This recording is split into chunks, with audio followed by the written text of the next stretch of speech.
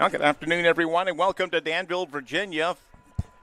Daly Field here on the North Campus of Averett University in the middle of Frank R. Campbell Jr. Stadium. Welcome to Averett football. Week 6 action finds the Averett Cougars here at home wearing their all blues this afternoon against Randolph-Macon. The Yellow Jackets will bring a 4-1 record into this afternoon's game. Chamber of Commerce weather here in Danville, Virginia. Beautiful blue skies, not a cloud, not a hint of a cloud in the skies. And we have temperatures in the lower 70s here in mid-October. You could not ask for a better setting. I'm Chuck Vipperman, Thomas Handy III, joining me today for this afternoon's broadcast on the Averett Sports Network. Thomas, we have an Averett team that's trying to reinvent themselves with a very fluid quarterback situation. Ross, starting quarterback, hurt in Week 3, a game you covered against Ferrum here almost a month ago now as the calendar fell. And we are still been looking for the second string, third string, or whatever quarterback to come through. Unfortunately, we're trying to do that against some darn good teams, and that's not a recipe for success. Yep, it's true. And like you mentioned, Ethan Ross is out, as well as Trevor Testerman, his number one receiver. So Averett, it's going to be a little bit of tough sledding through the air. However, Randolph-Macon ranks number one against the run in the ODAC. Their problem on defense, and there's not many problems, Chuck. No. But their problem is the passing game. They rank bottom 5 in the passing game. However, they're very opportunistic. They rank number 1 in turnovers. Senior cornerback Colton Payne, 3 interceptions this season. One of them returned for a touchdown. So They're very aggressive. Look for the short passing game. Look for the screens. Look for the RPOs. Try to get your quarterbacks plural, because like you said, you're going to have a couple of them here, but try to get them to have successful throws, high success throws. You know, don't work too much down the field. Look for the short game. It's going to be tough sledding for Gabby Soto. It is. But that's what I would look for as well. Gabby, 4th in the ODAC in rushing, so he's been very good as well. So don't count him out either. Randolph-Macon's only averaging 2.4 yards per carry on defense, but Gabby, definitely the Alaskan assassin. I love him. I mean, pound for pound, that kid should not be here. He's 5'5", 154 pounds. I think when my boy was 11 years old, he was bigger than that. But Gabby Soto, it just runs like a Tasmanian devil. You mentioned Colton Payne leading the ODAC right now in interceptions. He's tied with our freshman quarterback Josiah Campbell, who's really made a name for himself in the first few weeks. Not only opportunistic with the interceptions, but he's proven to be a pretty good cover guy as well. And I know particularly the defensive coaching staff is excited about them. Folks, we're playing a darn good team today is what we're trying to say. Randolph-Macon made it to the Final Four, the national semifinals of the Division III football playoffs last year. That puts them in elite company. Of the percentage of teams versus the number of teams that appear in the playoffs, there is no more harder tournament to qualify for statistically than Division III playoffs. Just to get in there is a feat because, again, the number of teams versus the number of teams that are accepted to the tournament. And to get there and advance, as far as Randy Mack did last year, that's a good team. 100%. And like you said, they're a great team, and they've historically been a good team. Oh, yeah. This is a team that's beaten Averett all 11 times in their history. So for the Cougars on homecoming, looking to make a statement here and get their first win over Randolph-Macon would be quite the scene, Chuck. It would be superb. Tony Totten and the rest of the Averett captainry out on the field for the coin toss. Randy Mack wearing all. We will not have problems telling the teams apart today. We got all beautiful blue and gold from Averett and white tops, white bottoms from Randolph-Macon. The Yellow Jackets coming in again with a 4-1 record. And, boy, I tell you what, this stretch that Averett's under right now in the ODAC is like Murderer's Row. At Washington and Lee, at Bridgewater, Randolph-Macon, at Hampton-Sydney. 3 of the 4 games against – I mean, any of those 4 teams could make the playoffs this year, and no one would bat an eye. But what doesn't kill you makes you stronger. And there so when you're playing good competition, you should be able to raise your competition level. You are an optimist. That's why I'm feeling happy today. Homecoming, Chuck. We have the tailgates out there. The barbecue's going. Oh, my God, it was so good. I thought about that. We should have a challenge. I dare you to walk through the parking lot and not have your mouth water. I know. If you can do that, check your pulse. Exactly. Even but Randolph, you're a vegetarian is still exactly good. Right. Randolph-Macon receiving votes, so obviously this is going to be a big test for the Cougs. Cougars will be going right to left across our broadcast vantage point here at Daly Field. It's a high, kind of short kickoff, going to be picked up at about the 8-yard line from the left hash mark. He'll try for a left-hand return. Cougars are there, though. Good job corralling just past the 20-yard line, about the 22. That's where Randolph-Macon will start. Their starting quarterback, I love the name, Dante Casiola. There you go. He sounds like he knows a guy who can fix that thing for you. Yep. Sorry. That's a good point. Very balanced offense here. You're going to see a lot of runs, a lot of passes. They don't really have a true identity of run or pass. They like to mix it in between, so Averett's going to have to be ready for everything. Casiola, a senior, 6'2", 198 pounds, out of Charlotte, North Carolina. He'll start with two backs in the backfield. That's Kwesi Clark. I believe number 29, DJ James, will join him. Wideouts to either side. First down snap. It's going to be a handoff to the tailback. Gets a great block on the outside. Good hit by Averett, though. Couple of yards into the play. He had a superb block from his receiver that I thought was going to generate a very, very big run. Unfortunately, Jarrell Williams had other plans. A freshman with a big stick there. Still 3-yard pickup. Williams bringing the boom here early so far. And, talk about this defense. How about number 7, Trey Maxwell, top 3 in tackles as well? Maxwell has had very quietly a solid half season for the Cougars. 5th on the team, 19 tackles this year, very active. Now they'll take one of the running backs out of the formation. Averett threatens a blitz as we have a motion. They'll fake the jet sweep. It's a keeper by Capiola, and he'll get ahead 30, not quite the 30-yard line. Casiola gets to about the 28. It'll set up a third down, about 3. Big chance for this Averett Cougar defense to make a stand here, and they are animated right now. This is a team that needs some momentum right now. And you know who else is animated is Coach Patrick Henry, looking sharp in that suit. I'll tell you what. He is the best-dressed college. I mean, used to be back in the day they all wore suits and ties. When he wears suit and ties, he looks like he's about to argue before the Supreme Court. Yep. This is a big third down, though, Chuck. First possession here. Crowd's getting into it. 2 wides to the left, 2 tight ends will shift to the offensive right, creating a strong side. They'll now run motion that way. Casiola with a snap, straight drop back, looks over the middle, throws it, complete, first down. One of those 2 tight ends, one of the twin tight ends they bring into the game, number 40, Landon Ferris, 6'3", 207-pounder, runs a little curl round in, about 8 yards. Good pop on the pass from Casiola, and it's first down for the Yellow Jackets. The line of scrimmage at the Yellow Jacket 38-yard line. That's just a well-executed pitch and catch. Hard one to get there. It looked like we were in a cover zone, cover corners with cover 2 with the zone of the backers. Empty backfield this time, trips left. Casiola looks left, throws a screen pass, complete, little dot pattern ahead past the 40-yard line. Extra effort will get him past the 45, 46, 47. Turned a short gain into a pretty solid gain, about 6-7 yards on first down. Randolph-Macon likes to work ahead, try to get into those second down and shorts, continue to move the chains, and so far they've been doing that. They picked up a 3rd and 1, and now here you see 2nd down and 2. Yeah, Casiola, you can tell he's one of those rhythm passers. He's not going to take deep drops, and the stats suggest they don't throw it deep a lot, but he looks to be pretty darn efficient. 2 of 2 early on today. Close to 8 yards on first down, 2nd down and short. James gets another carry up the gut, first down and more. Boy, he is a load to bring down. Gets into Averett territory at the Cougar 36. Actually, Kwesi Clark on the carry, number 2. 6'1", 183. I think they're shorting him about 10 pounds. He looks pretty stocky, stockier than 183. We'll have an injury timeout here. One of the Cougar defenders is on the 50-yard line. But Randy Mack is putting together a very solid first possession. They have 3 first downs, and they've moved it from their own 22-yard line to the Cougars' 37. Yeah, you start to see why Randolph-Macon is receiving votes in the top 25. They're ranked in the coaches' poll, and this is a very good offense. And like I said, they're very balanced. They like to work the short passing game. They like to run the ball, so it's definitely going to be a tough challenge for the Cougars' defense today. Just looked brutally efficient early on here. A couple of other scores to pass along. Oklahoma's taking it on the chin at home against South Carolina, a game that's raised more than a couple of eyebrows. South Carolina's up 35-9. South Carolina's pretty good. They are. They're kind of Jekyll and Hyde this year. Yeah. Again, they always seem to save their best for the big teams. They almost beat Alabama last week. They did. I mean, they had them on the ropes, actually. Injured Cougar will be helped off the field. That's Javis Martin, sophomore out of Martinsville.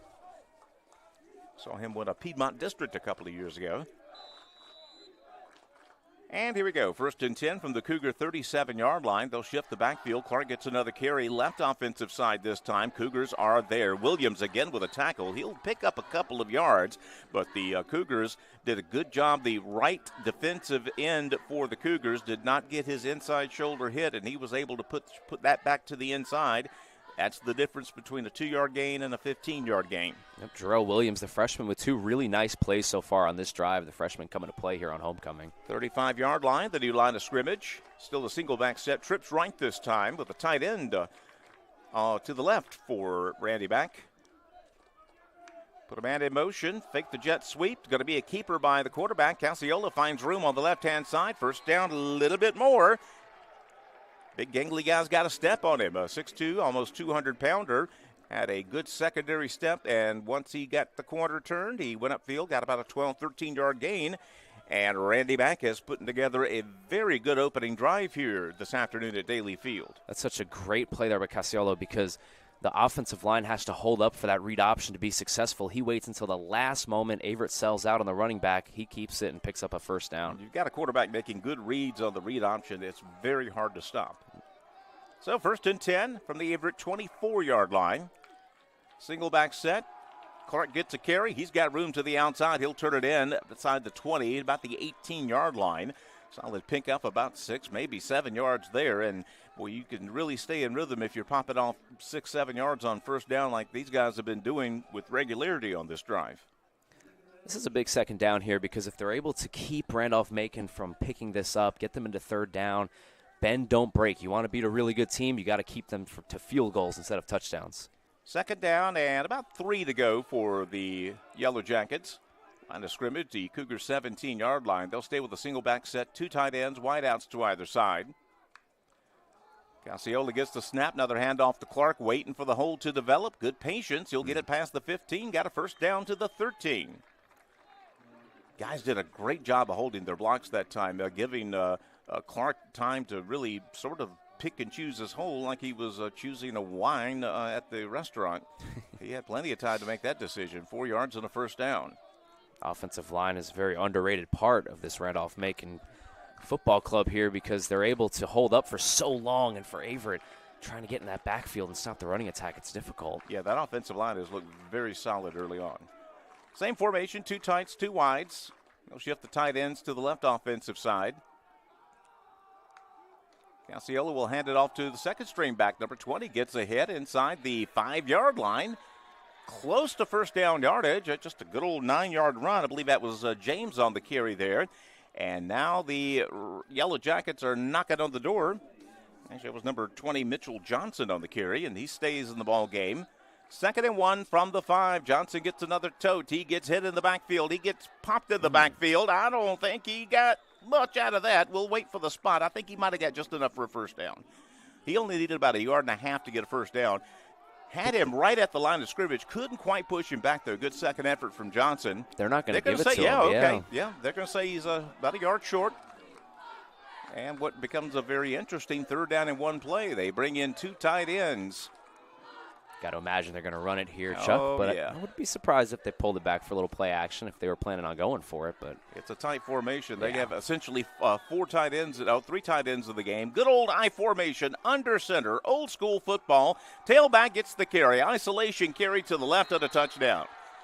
A little old school I formation football. Johnson scores from 3 yards out, and a very impressive opening drive this afternoon for Randolph-Macon. They're up 6-0. Yep, dominant drive right there. Only one real hiccup, and that was the 3rd down and 3 on the first down of the drive, and then they picked that up and pretty much were smooth sailing after that. The offensive line was terrific, and the running game right there is really hurting Averett. Yeah, these guys are just outside the top 25 for a reason. Kyle Isle is the kicker for the Yellow Jackets. Snap, hold, kick, looks good from here, and the official says, yep, sure enough. It's 7-0, Randolph-Macon. Impressive opening drive for the Yellow Jackets. We'll get the Cougar response, and we'll bring you back for more in a minute.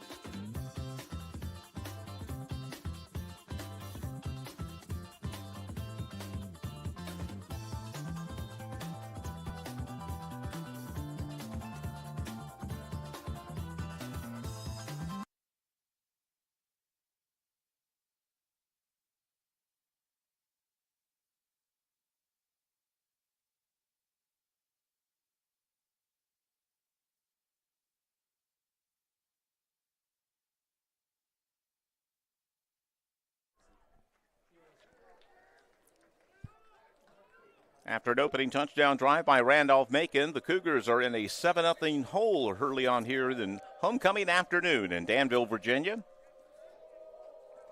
35 Tyler Graham, the kickoff specialist for Randolph-Macon, has it teed up on his own 35. Gets a decent kick. Going to be returnable from the, they're going to say that we called fair catch. I think he might have called a fair catch. It wasn't quite in the end zone. Andrews fielded the ball right about the 1. But if we call fair catch, then it would be at the 25. Be that as it may, the Cougars, and again, we've been told we will see 2, maybe even 3 quarterbacks this afternoon for the Cougars. Ever since the injury to Ross, we've been shuttling in number 10, Brock Hoffman, number 13, Louis Iulio. I'm sorry, I messed that name up bad the first time. You're okay. I had a little bit of trouble in the Ferrum game as well. Avery going big with Jonathan Thomas, number 51 in the backfield behind Brock Hoffman. Hoffman, a freshman out of Chesapeake, Virginia. Under center, I formation. The big odd-numbered fullback, Gabby Soto, gets the handoff, and he ain't going to get too much. Hole closed up in a hurry. Soto gets back to the line of scrimmage, and that is it. 2nd down and 10. And we'll see if Averett keeps the power set out there. I don't think we will. We're taking alignment off and putting 51 back up on the line, so we'll probably go to a more conventional set here. I anticipate Brock Hoffman getting the majority of these snaps this game, but this is going to be a big test for Gabby Soto, like we talked about, top 5 in the ODAC in rushing, but he's facing the number 1 rushing defense in the conference. And again, Trevor Testerman not available today, the leader in terms of number of catches for the Cougars this year with 18. Trips left this time. Hoffman's looking to the right. That's where Watlington is. They got there a little early, and they could have thrown a flag there, but they're going to – these aren't high school officials. They don't call everything pass interference. I got to make sure I'm not watching high school ball anymore. I'm watching college ball this afternoon, and they let the kids play. You see there again, they're very opportunistic like we were talking about in the pregame, and they're going to take risks, and they might give up a big play here and there, but they're going for the ball. They want to create turnovers, number 1 turnover team in the conference. So, look for plays like that, and they might pick up some PIs. Maybe if the referees are throwing them, of course, Chuck. Yeah, got to throw them. Yeah. In high school ball, my experience this year is if you glance furtively at the wide receiver, that's a penalty. Exactly. But I don't know what I'm talking about. Number 9, Brandon Evans, injured on the play. The starting senior cornerback will step out. 3rd down and 10 now. Hoffman's going to roll against his body. Short pass, almost intercepted, trying to find Nick Andrews, but whoo-wee, almost had a pick 6, number 26, Colin Farber, a freshman. Ball goes incomplete, though. It'll be 4th down punting time for the Cougars. And automatically on the first drive, you can see this cornerback room is good. And, I just talked about it. They're going to take risks. They're going to go after the ball and try to create turnovers, pick sixes, etc. He was playing shallow zones there, and he broke on the ball very, very well. So Yakovlev in for a punt, standing on his own 10-yard line. Chase Florida is the punt returner for Randolph-Macon. Good snap. Yakovlev gets a very good punt away, high, and there's no way he's going to return this one. Ooh. Ball is muffed. Randolph-Macon's. That was opened. He called for a fair catch, but he ranged about 10 yards upfield after having called for the fair catch, and he ran right into a maelstrom of his guys and our guys. So I was wondering with the muff if they were going to say it was because it was just 50-50 chance one of his guys hit him and knocked the ball loose. But Randolph-Macon avoids disaster there. They do recover, and they'll have it in good field position, their own 41-yard line. So a Yellow Jacket offense that stung us for a touchdown. The first drive will take the field.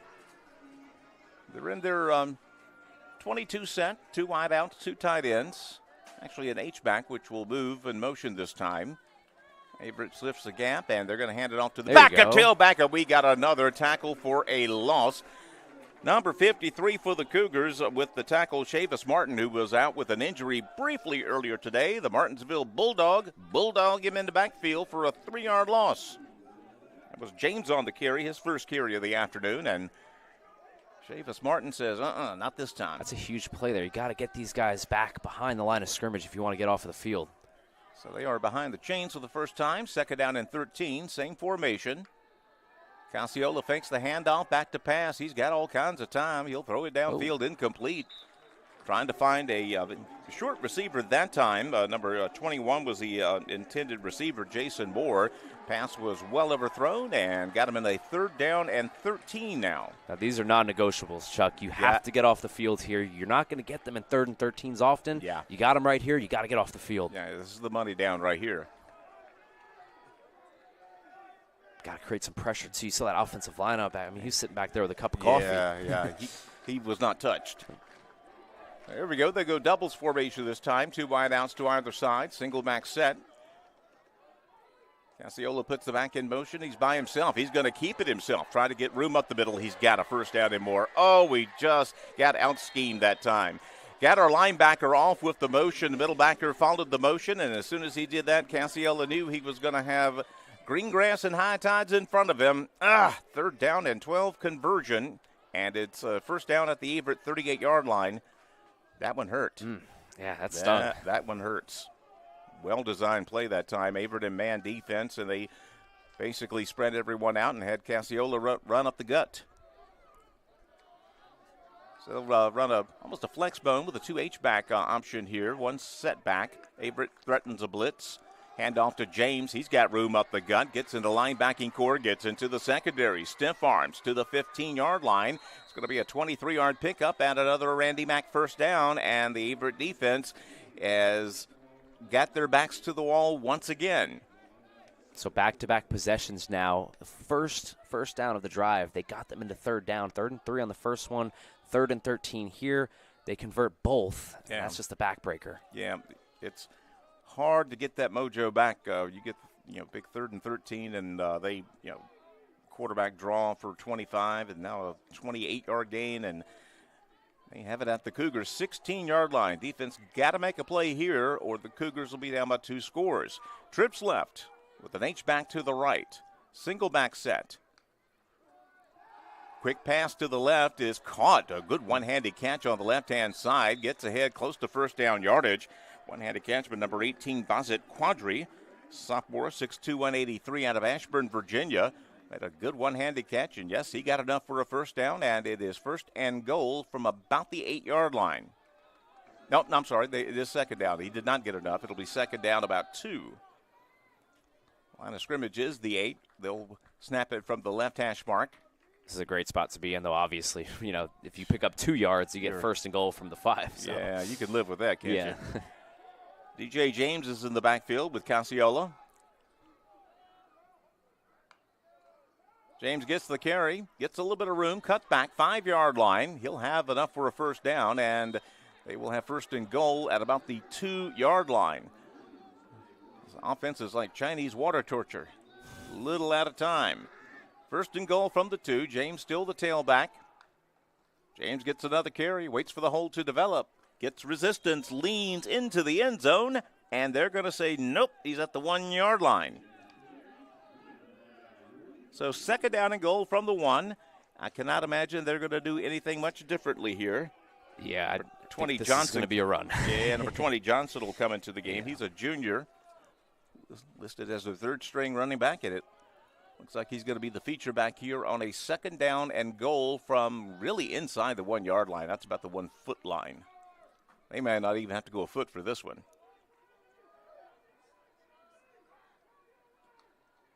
Cassiola with the snap, the handoff to Johnson. He gets popped, and he did not get in, according to the official. He's marking him right where he was before. Averett's linebacking core did a literal leap into the air and knocked him back, and he might have lost about 1.5 inches on that play. Averett won the low battle there, Yeah. getting low, getting those offensive linemen on the ground, gave their linebackers a chance. Chance to clear him up high. So we'll see if they stick it to the power running game here. Got a receiver out wide now. They do split one guy out wide to the right. Bit of a low snap. James gets the carry. He'll get in for a touchdown. Again, you just keep pounding, and you find the hole, and eventually Randolph-Macon wore us down. An excellent drive, a big 3rd down and 13 conversion on the first set of downs in that drive. Another big run, and then about 5 little runs, and they get into the end zone, and it's 13-0 pending the conversion.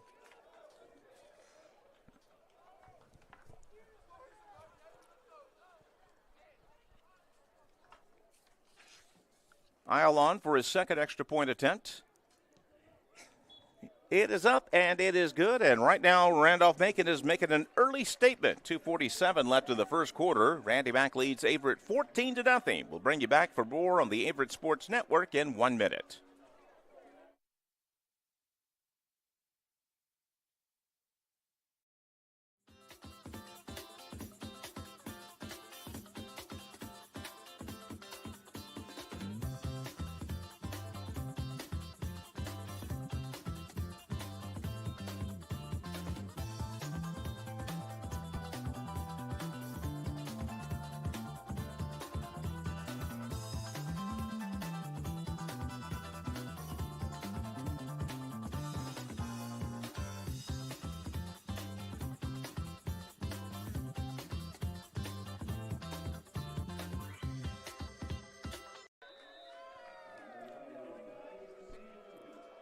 .247 left in the first quarter. The Cougars find themselves in a 14-0 hole.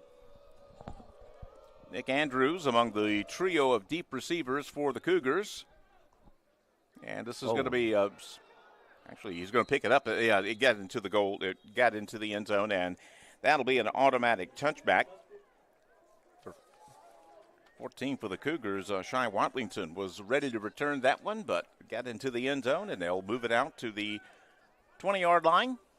Cougars need just some life on offense here, if nothing else, to give their defense a bit of a breather. The defense has been on the field for all but one play. Are they going to spot that at the 1-yard line? Oh, me goodness. Oh, boy. That is, Chuck, that is not what you want to see right now. Lordy. Oh, my goodness. That is right on the one. And so now we're in safety alert. Yeah.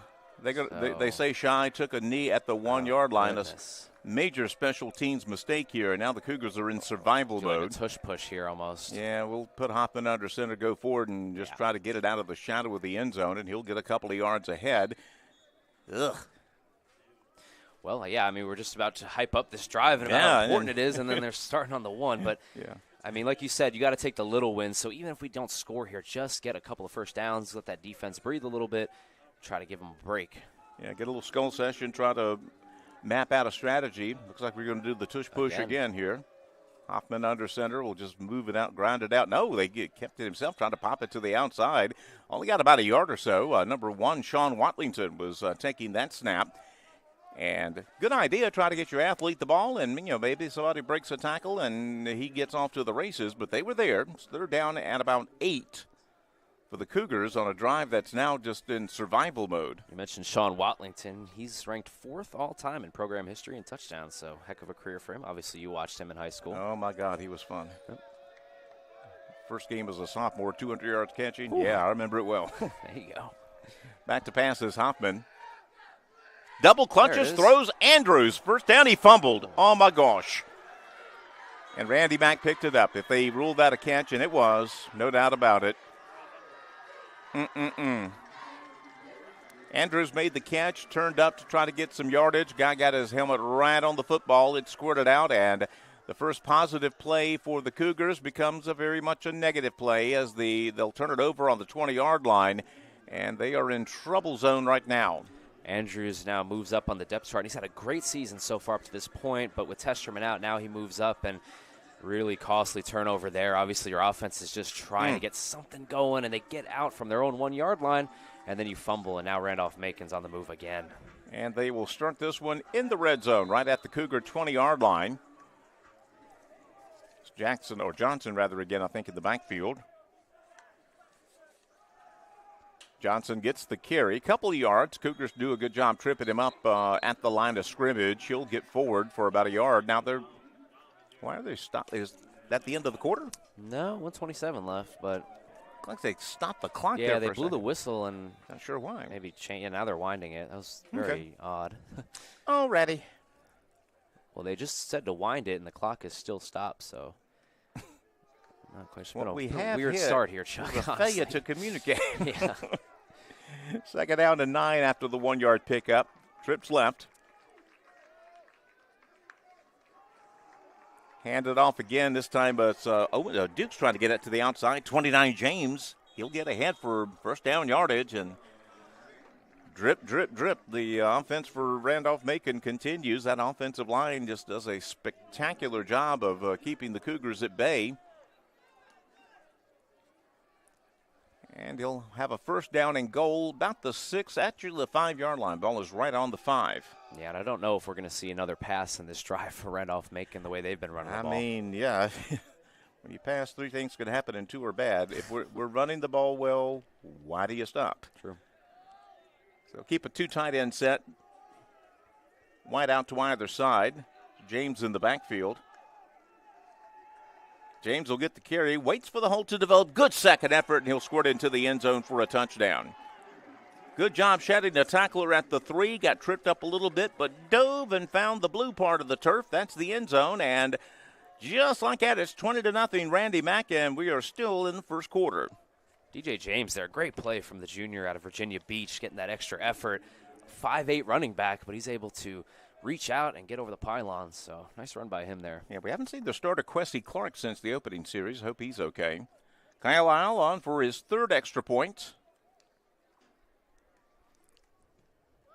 Gets it up and away, and it is good. And Randy Mack begins pouring it on. It's a 21-0 lead. Late first quarter action here at Frank R. Campbell Jr. Stadium. We'll bring you back for more on the Averett Sports Network in 1 minute.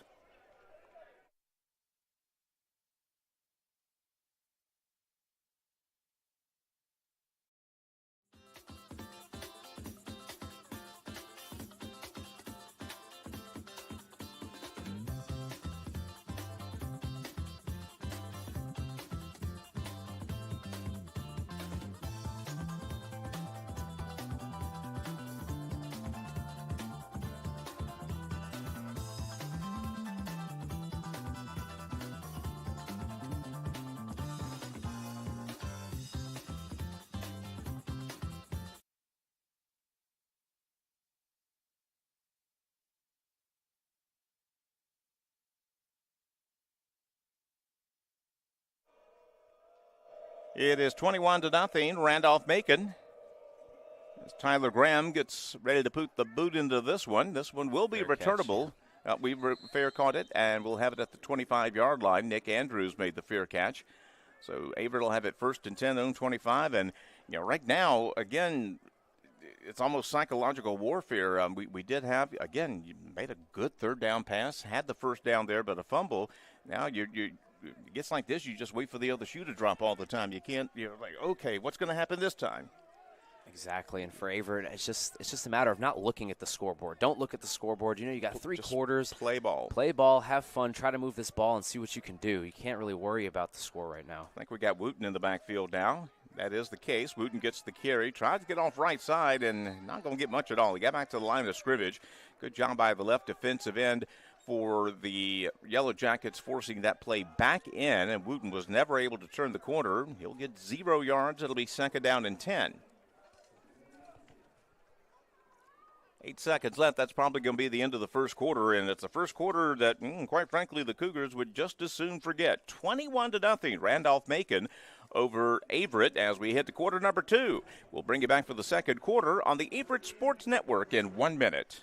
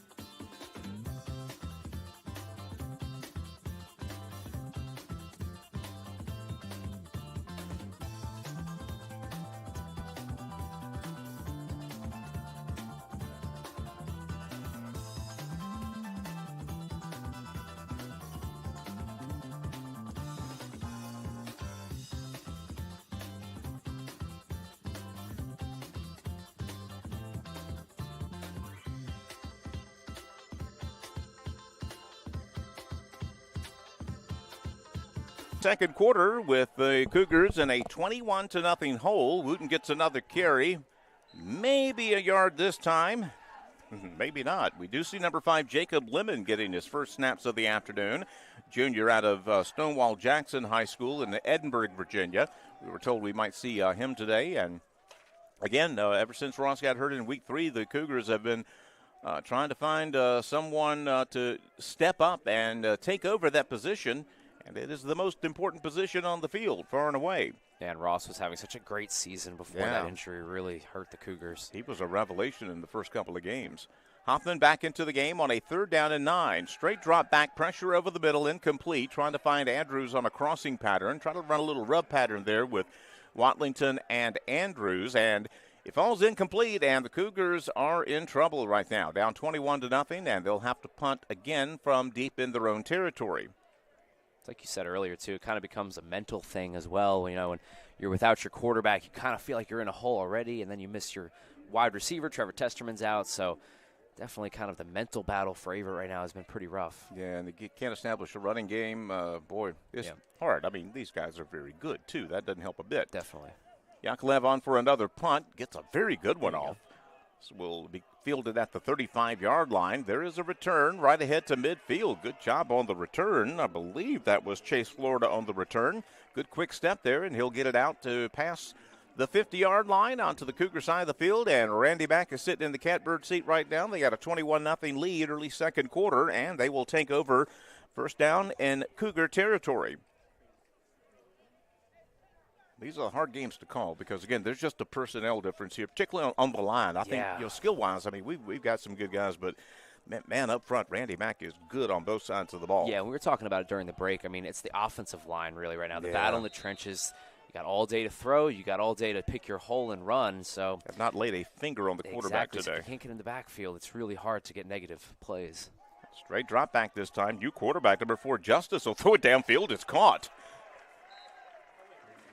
The backup comes in and throws a 20-yarder. Let me shuffle through my notes here. Well, of course he did. Changes this early. They don't have another freshman, 80. Quarterback coming in. Yeah, he's a freshman out of Chesterfield, Virginia, 5'11", 185, and he just threw a dime. Awful early to bring a backup. Again, I mean, they're up 21-0, but this is not mop-up time by any stretch yet, but that kid looks pretty good, too. Yeah, they might just have 2 really good quarterbacks as well. That's a possibility, too. Johnson joins Justice in the backfield. Johnson, it's going to be a play-action pass, complete over the middle. Good open field tackle and a short pickup there. Number 18, Quadri on the catch. He'll get a couple of yards ahead. It'll be 2nd down and 7. I think he's a better thrower than Casiola. It's interesting. Casiola came in and it was a lot more read options, quarterback runs and stuff. He kept it a couple of times, Yeah, and now we're, more aerial attacks, so kind of interesting. Guy looks like a gunslinger coming in here. Got the number 4 like Brett Favre. Just like Favre, exactly. Johnson's still in the backfield, doubles formation, 2 wideouts to either side.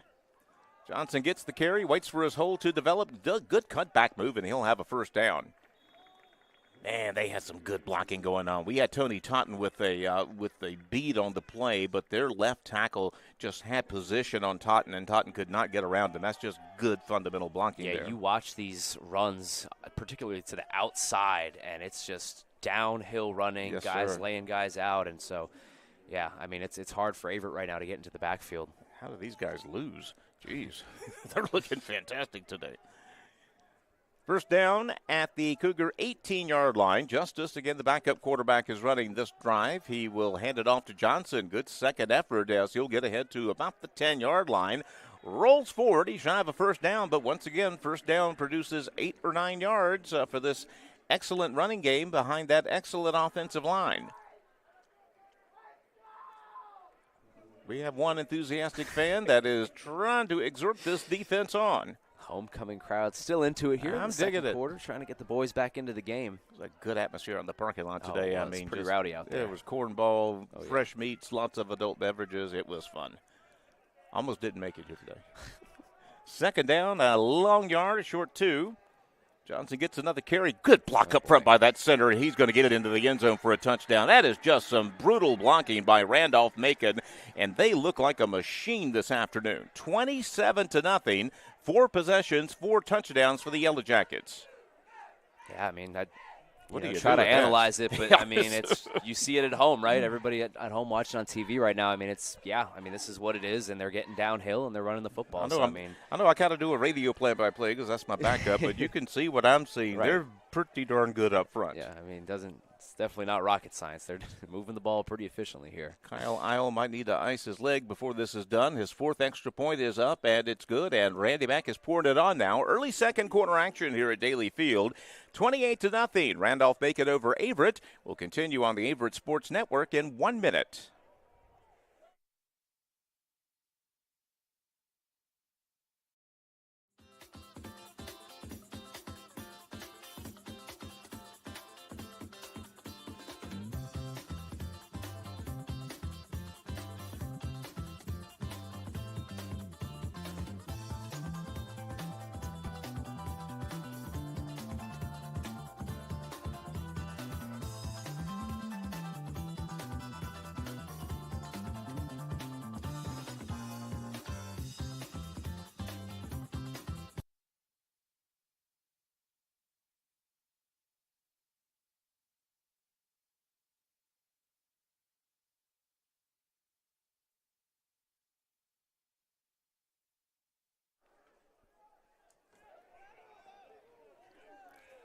Four possessions, 4 touchdowns for Randolph-Macon. They have a comfortable 28-0 lead early second quarter here at Daly Field.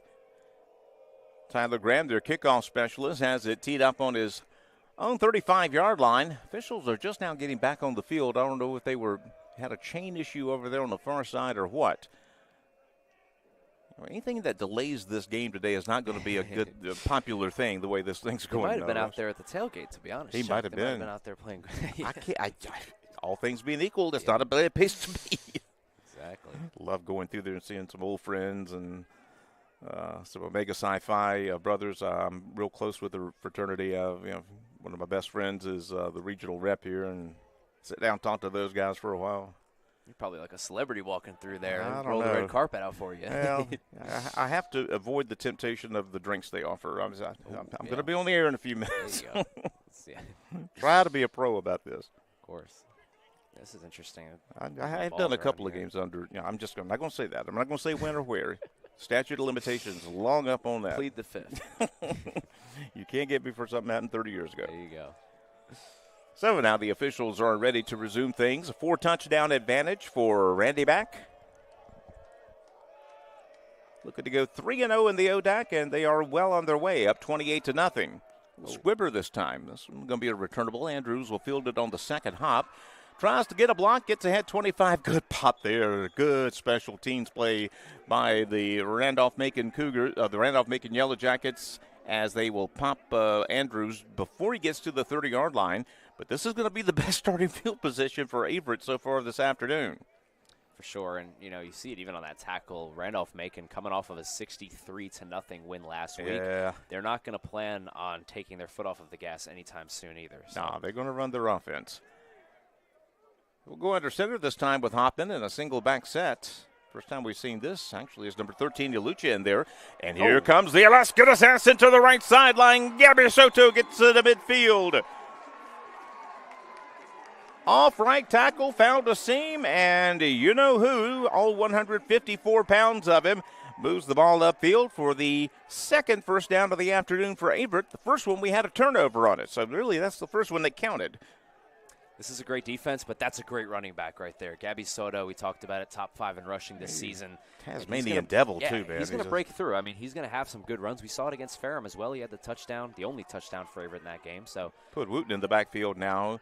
Julio is the quarterback, and it's going to be a handoff to Wooten, and not much. He'll get maybe a foot on the play as, that number 6, I believe, for number 5, actually, for Randolph-Macon really gummed that play up. He did a great job of moving through the A-gap that time, and we couldn't get him out of there. And he'll get maybe a yard on the play. So we've seen 3 quarterbacks already this afternoon trying to find a formula that works.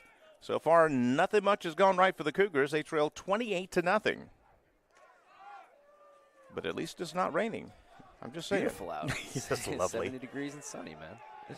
2 wides to the right, 1 to the left as we go back under center. Fake it to Wooten. Looking deep, right sideline for Andrews. Overthrown, incomplete, out of bounds.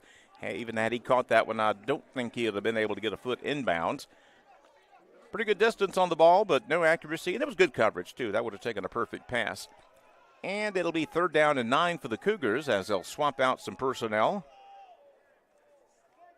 Number 12, Jason Moran, a sophomore out of Fort Mill, South Carolina, will come into the game. I'd like to see the Cougars get the ball back to Nick Andrews, try to make up for that fumble. He made a great route and a good catch, but just couldn't finish. I'd like to see it get the ball back to him here. Yeah. Right now, Sean Watlington is probably your go-to guy. He splits out wide to the left. Looks like he's got single coverage out there. That's where I would go. But trips to the right. Julio back to pass. Short pass complete. Moran gets upfield. Tripped up, but a first down. That little water bug got open over the middle. Moran, only 5'8", 165 pounds. Good crossing pattern. Good pitch that time from Julio. And it'll be 1st down for the Cougars. 2nd first down of this drive, and we've got a little offensive pulse for the first time today. Jason Moran, the sophomore, another one of these receivers that's really stepped up this season, and it's a deep receiving room. You'll see a lot of these names that we call today, and Moran's one of them. Very fast, elusive receiver. He got a little step to him, too. Does. I like that. So they will move it to the Yellow Jacket 39-yard line. Still going under center with a 2-tight, 2-wide set. Wooten gets another carry. Actually, that's Watlington, Shy Watlington in the backfield. Only about a yard, though. Boy, it's tough sledding in between the tackles against these guys. That defensive line is just as good as their offensive line. We have not pushed these guys back much at all. And, yep, Shy's only going to get exactly 1 yard on that play. You make a good point. Inside the tackles, running it straight up the middle has not worked so far today. And you got to do it. I mean, obviously, you got to try to establish the running game. But yeah, I mean, for Averett, obviously the only runs that they've had that have been successful have actually been outside of the numbers. Yeah, a little off tackle one time for Soto. So Watlington will be in there. We'll go to the shotgun formation. Julio, the quarterback, junior out of Charlotte.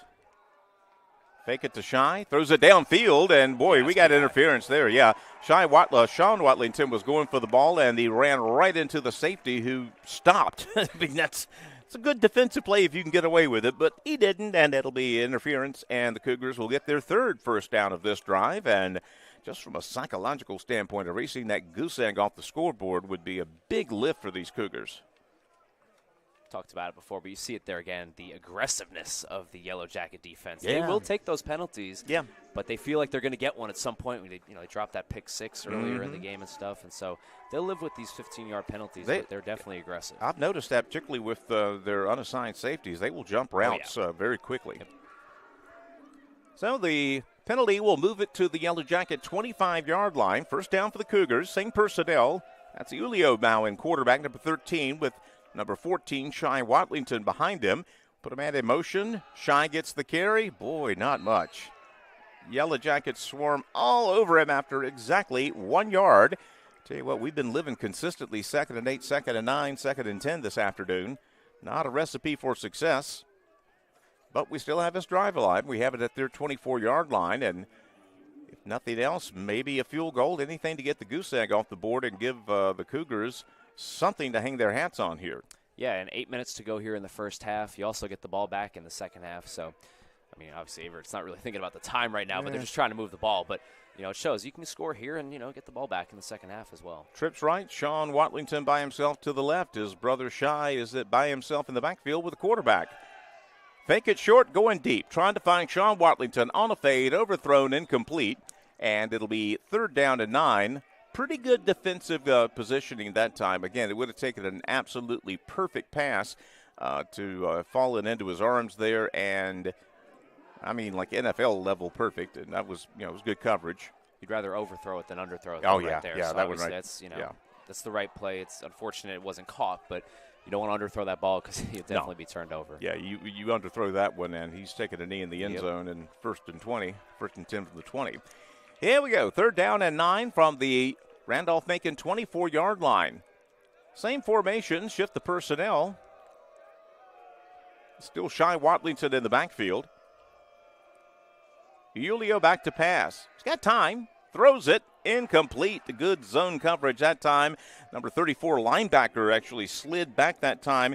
Kendrick Long did a very good job of closing the gap that time, and it's incomplete. 4th down, and the Cougars will try to erase the goose egg with Yakovlev attempting what will be about a 41, close to 42-yard field goal. I think officially 41 because you have to move it up. But it'll be from the left hash mark. Caleb Lynch is the holder. Aaron Haley, the long snapper for the Cougars.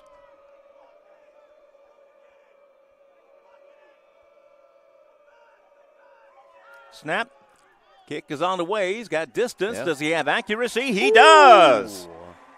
Yakovlev from 41 yards out. And yes, the journey of 1,000 miles begins with a single step. In this case, a three-pointer. 28-3, Cougars trail. We'll have more action on the Averett Sports Network in a minute.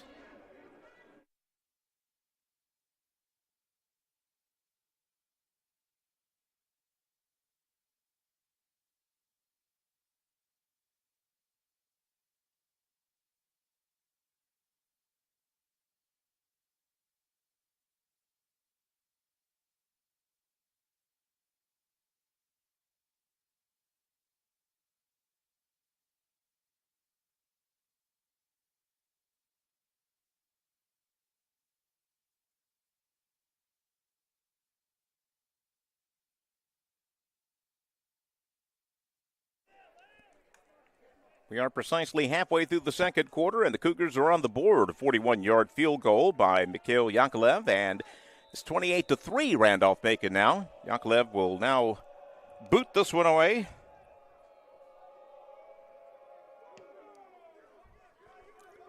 High, fairly deep kickoff. James is going to take it at his 3-yard line. Left-hand side return. The Cougars are there. 1, 2, 3, 4, 5 Cougars. Can you break a tackle up into 0.2?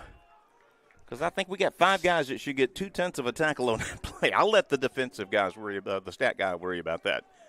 Well, if this is the 2017 Super Bowl, we got them right where we want them, well, right here. 28-3, Falcons Patriots. One of the most infamous scores in football history. So. It's amazing how that is already part of lore in the NFL. 28-3. Just got to challenge our inner Patriots here and Tom Brady, and we'll be all right. Yeah, Tom, where are you, buddy? Exactly. A little defensive stop wouldn't hurt that, which is something sure we haven't had yet. So up 28-3, it's Randolph-Macon football. Casiola back into the game, rolling against his body. He's knocked down. Good job of blindside pressure that time. Number 53, Chavis Martin, is having a heck of an afternoon. He almost had a sack there. Casiola got the pass away, but it's incomplete. It'll be 2nd down and 10. It's the first time we've laid a finger on him this afternoon. Yeah, it's a good sign, and this defense now has finally gotten some time to rest after that nice drive by the offense, resulting in 3 points. So should be spry here on this drive. Maybe you're playing a little complimentary football for the first time this afternoon. Averett's 4-man front. Awaits the snap. Casiola going under center this time. Single back. 2 wides, 2 tights. James gets the handoff. Follows the beef. Left-hand side, that'll be a 1st down. Actually, the first carry of the afternoon for number 24, Cameron Chapman, the 4th running back we've seen from them this afternoon. That's an embarrassment of riches. They can go 4 deep in their tailback rotation. And he got a very good block from his pulling guard.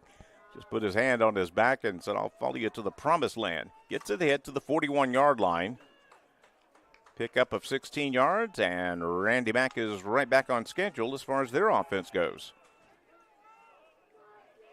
2 H-backs, 2 wideouts, single set back. 17, Dante Casiola, the quarterback. Fakes the handoff, throws it, dumps it into a tight end just at the 40-yard line, ahead to about the 50. That's a nifty little 9-yard pickup. Little pitch and catch to Andrew Lloyd, 6'1", 228 out of Christiansburg, Virginia. And he will set them up in 2nd and short. How many times have they had 2nd and short? And we've had 2nd and 9, 2nd and 10. Exactly, and that's really the difference in the game is, when you're in 3rd and 10, 3rd and 12 versus 3rd and 1, 3rd and 2s, and obviously Randolph-Macon has been very successful on 1st downs. Even if they're not picking up 1st downs all the time, those 2nd and shorts matter. Around old quasi-flex bone look again with the 2 H-backs. Taylor gets a carry again. Just follow the beef up the gut, and that is just elementary football. Cameron Chapman, we should say, on the carry. He is a junior, listed as a running back, and is their 4th leading rusher. So they got the 4th-string tailback in there who is doing just as good as the first 3, best I can tell. You know, it's another good sign of a good offensive line, Chuck, is when you can run the ball this much. And how many holding calls have we seen today? I mean, none. You know, so I mean, they're staying disciplined, they're blocking properly, and, you know, obviously that's leading to them running the ball effectively. I mean, even them walking up to the line, they look like they're a team, not just 5 offensive linemen. They're a team. 2-back set this time. Cassiola's in trouble, and Chavis Martin and company will bring him down for a loss. Martin is having himself an afternoon. Sophomore from Martinsville, Virginia, gets a sack, and it'll be 2nd down and long now for Randy Mack. Right on cue. There's that pressure right there, sending the blitz. Nice call there by Coach Henry.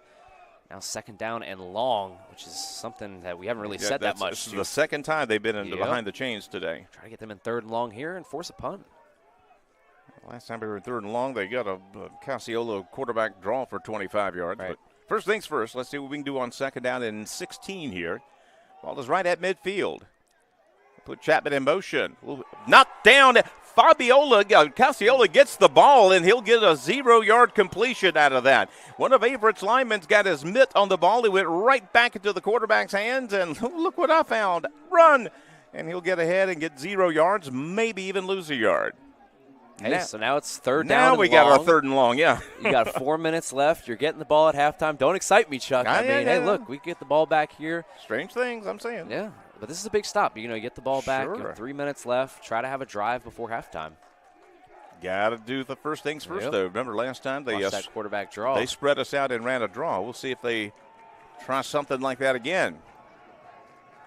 They're going to a doubles formation, 2 wideouts on both sides. Cassiola is back to pass this time. They pick up a blitz, flush him out. Throws caught. Goodness gracious, what a throw, 1st down. There's a flag back, so hang on. I don't know if it's going to be a late hit on the quarterback or what. I'm hoping it's a hold, but I'm with you, though. I think it's a roughing the passer. Yeah, I think we they might have caught him on his head. We might have had hit him a click too high there. That was a darn good 3rd down pass, though. He had a lot of protection. Flushed out of the pocket just a little bit. Hold against them. Ha-ha. I'll take it. Little announcer's jinx right there. I'm talking about the holding calls, and then there you go. He's made 30 free throws in a row. Clank. So a big holding penalty, and again, because it occurred about 4 or 5 yards behind the line of scrimmage, it'll be marked from the assessment, and they're going to basically move this ball almost to Chatham. It's a long ways away for those of you not from around here. It's 30 miles up the road. Oh, my goodness. Wow, you weren't kidding. Wow. Yeah. I mean, what is this, 3rd down and 50? From the 34, they have to get to the 34, so 31 yards. Jeez. Quarterback draw, Chuck? Yeah. I would play a little loosey on defense. Rushing 4. It's a little outside pressure there, and he's caught, and we're going to tackle him for a loss. Good gosh. Kind of an odd-shaped play there given the circumstance, but the Cougars, gosh knows, are right there on top of it. Number 7, Trey Maxwell against the stop for the Cougars, and it'll be punt time. That was actually a loss of 2 on the play. Good job by Maxwell on the underneath coverage. Maxwell leading the Cougs in tackles, and he's going to come up big there in a big spot and force the punt, so just under 3 minutes to go, and the Cougars getting the ball back. All right, we got a field goal. We got to stop. I'm just saying. Getting the ball back. It's a high punt, and we're going to call a fair catch, and it will be fair caught at about the 30-yard line, maybe just behind the 30. So hats off to the Cougar defense. First stop of the afternoon, and if you're going to have any chance of what would be an historic comeback, you're going to have to stop these guys, and that's the first time we can say we did that. Solid effort that time by the defense. Yeah, got helped by the penalty there, certainly, but we will take it. Yeah, and now this becomes obviously you're down 28-3, but this becomes a big drive. If you can score a touchdown here, Chuck, you're down 18 points and you're getting the ball back in the second half. So there are worse places to be. 100%. Yeah, let's have a positive drive here, though. Let's try to move the ball. Julio under center with a single back. That's Soto in the backfield. 2 wideouts to the left. Soto gets the carry, looking for room. He gets by 1, gets by 2. That's a solid stop-and-go run. 9 yards for the Alaskan Assassin, and it'll be 2nd down and short for the Cougars. He did that all on his own. He had very little to work with there, but he put a stop-and-go move on some poor linebacker, He's going to have to pick some laundry up off the field after that. You mentioned if we want to win, we're going to have to stop them. Well, we're also going to have to do that right there. 2nd and 1, 2nd and 2s. Putting Wooten back into the ball game now. Back to the shotgun, doubles formation. Wooten gets the carry, looking for room. Not an awful lot. He didn't need that much for a first down. I think he's got enough.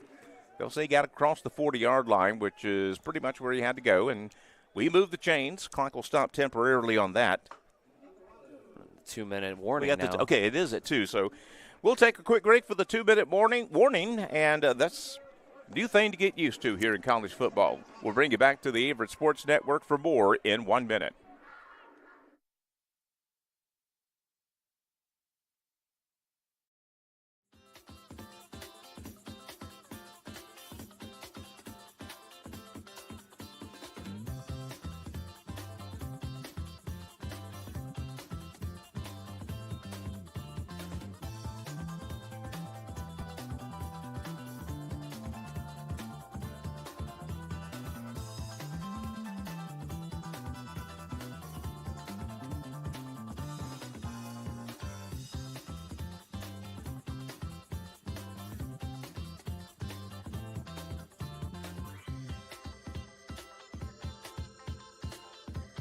But timeout. We'll get the terminology correct here. Cougars will pick it up, and I think we still have Wooten in the backfield. Again, missing one key part of the receiving corps. Trevor Testerman unavailable today. And anytime you lose your what's statistically your most prolific wide receiver, that's going to be a blow. Officials had a little confab going around the football, and now they've broken that up, and so the 2-minute timeout is evidently over now. So, right at 2 minutes left in the first half. For 5, Jacob Lemon into the game now at quarterback. He's the third quarterback we've seen. Andrews fakes motion. Hand off to Wooten. Not an awful lot. Looked like we tried to run a little bit of misdirection there to maybe cross him up, but he got nothing out of that. It'll be 2nd down, and we have a timeout on the field. We do, and they have not indicated who called the timeout. Let's see. It could be either team, honestly. I mean, either one could have depends upon your motivation. Right. If you're Randy back, think you're going to get the ball back with some time on the clock, that's always possible. Yeah. Okay, so that's the case. Randy back wants the timeout, and we'll let you know coming up here at halftime. We will go silent for a while, and I'll let you watch some of the homecoming festivities here at Averett here at half. Always a fun treat. Again, halftime for years at Averett involved a Saturday afternoon soccer game. Oh, that's cool. Yeah, there you go. Yeah. Not anymore. And as a student, obviously all week it's everything homecoming, and it's just a really special time. Fun. Year, I mean, even though I've attended big school tech, even there homecoming was special. I mean, it was just you got homecoming queens coming up to you. You're a dorky freshman coming in. Hi, could you vote for me? Like I'm going to tell a girl that looks this nice no. Of course I'll vote for you. I just told 3 others who I'm going to vote for. I'm sure you had a lot of them coming up to you back in your day, Chuck. All the time, yeah. No, it's a great time, though, and obviously today it's pretty hot, but, you get that October crisp air. It is, yeah. I mean, get that feel of the fall, autumn stuff, so it's pretty we are cool. actually like 12 degrees warmer than yesterday. It's pretty hot today, Chuck. It got a little nippy last night. Yeah. Tripped right. Sean Watlington all by his lonesome to the left. Lemon is back to pass. Actually, it's Julio, and it's going to be complete to Soto. Screen pass, looking for blocks. He fumbled, doggone it. And they picked it up. The absolute last thing we wanted to have happen was a turnover, and unfortunately, we got it. Second turnover of the afternoon for the Cougars, and boy, when you're facing a personnel disadvantage, the last thing you want to do is turn it over, and we've done it twice this afternoon. Yeah, and it's tough because, like we talked about, we've been preaching it. This is an opportunistic defense. They're going to force turnovers, but the thing that's pretty surprising is 2 turnovers, both fumbles. No interceptions. I mean, we've got 3 different quarterbacks, but, You would think that'd be an interception somewhere among them, but yeah. Both completed passes that turn into fumbles. That's the thing. They both came at the end of decent play. Exactly. It's 2 turnovers on good plays, so definitely tough break. To the 46-yard line. That's the Cougar 46. Casiola will set him down. Long count. Hand it off to James in the backfield. He gets a little resistance in the backfield. Again, that was Justice, actually, the quarterback there. And are the Cougars going to call a timeout now? Or is Randy Mack? Interesting. There was a timeout called here. Didn't signal it. Let's see. Here we go. Okay. So they wanted to give themselves time. They only have one timeout left now, so keep that in mind. They're going to put some time on the clock also. Yeah, they'll put a few seconds off, minute 41, so. Yeah, they still got plenty of time. 141 with one timeout in their back pocket. They look like they have a field goal kicker who's, he looks to be pretty reliable, as most college guys are, from 40 in. But lots of options at your disposal if you're Randolph-Macon. Again, they made their living running the ball this afternoon, no doubt about it. The passing has been effective, certainly.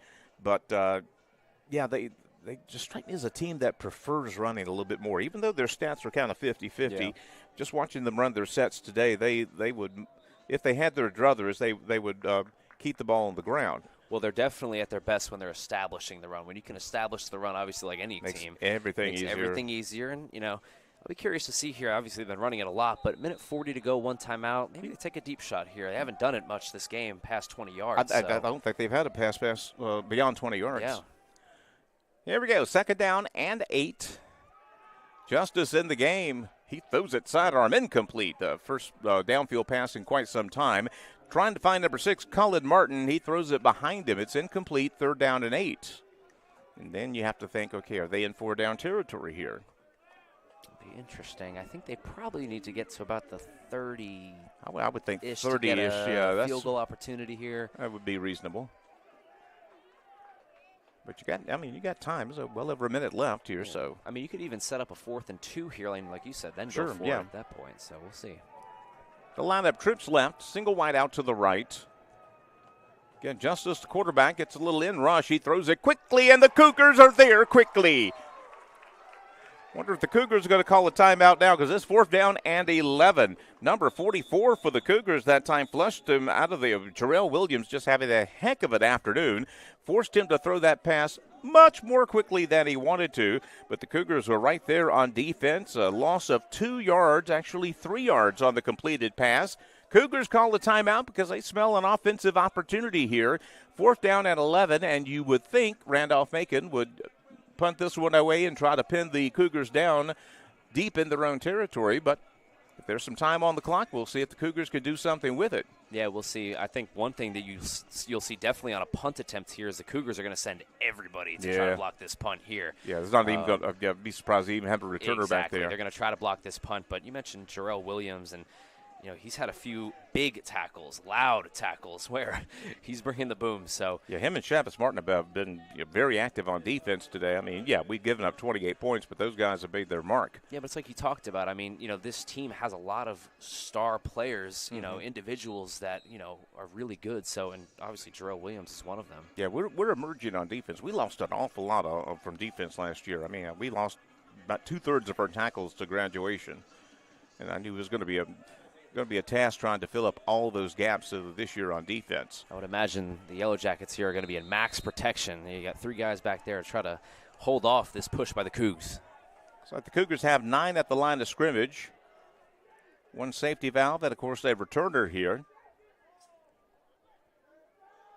It's a good snap back. Cougars try to get there, but it's going to be a very high punt. Just get away from that, and it goes into the end zone, so the Cougars will have it at their own 20-yard line. They have 2 timeouts, a minute 18 left. Stranger things have happened, but hats off to the defense. We've got 2 stops in a row here off a team that looked like they were never going to be stopped earlier. And it's the pressure. They've actually broken down that offensive line wall that we were talking about there, and they've created pressure in the backfield. They've gotten 3rd downs and longs. So like you said, credit to them. We've made it on end rushes, too. Every time we've gotten pressure on just about, it's been on an end rush, and we've been taking their tackles upfield. And if that's the way you got to get there, whatever path you take. I'll ask you this. How aggressive are you here if you're Coach Patrick Henry? Got a $1.18 left. I mean, why not? 28-3, it's homecoming. Yeah, let it rip, right? But on your own 20-yard line, not good field position. Watlington's in the game at tailback. That's Shy Watlington. He'll get the carry. We'll see what he can get. Not an awful lot against these guys on the defense. Boy, he gets it to the 21, and that is that. Yeah, I wouldn't be surprised. We're talking about taking shots, but I wouldn't be surprised if Averett kind of just drained this clock down here. Yeah, well, that's the thing, though. If you run a second down play quickly and don't get a lot, they can call a timeout and force a third down play. They still have a timeout left. Fake it to Shy. Back to pass, rolling is Julio. Throws it downfield, looking for Andrews, who caught it at the 31-yard line. First down, Cougars. I just hope he wasn't beyond the line of scrimmage. There's a flag back here. I think he was beyond the line of scrimmage. That was a heck of a throw. Oh, too bad. Oh, my gosh. Wow, that was a great throw on the run there. I mean, he put it there perfectly in stride. You could have not walked down there and dropped it in there any better, but as I feared, I think he was beyond the line of scrimmage when he threw it. The offense is walking back now, Chuck. Oh, gosh, that's tough. I mean, he won't be on there by much. I mean, come on. He's bend the rules a little bit, right? Just a bit. Come on, 28-3, man. It was cool, right? It was cool. It was very play. Cool. A cool 45-yard pass pickup. Again.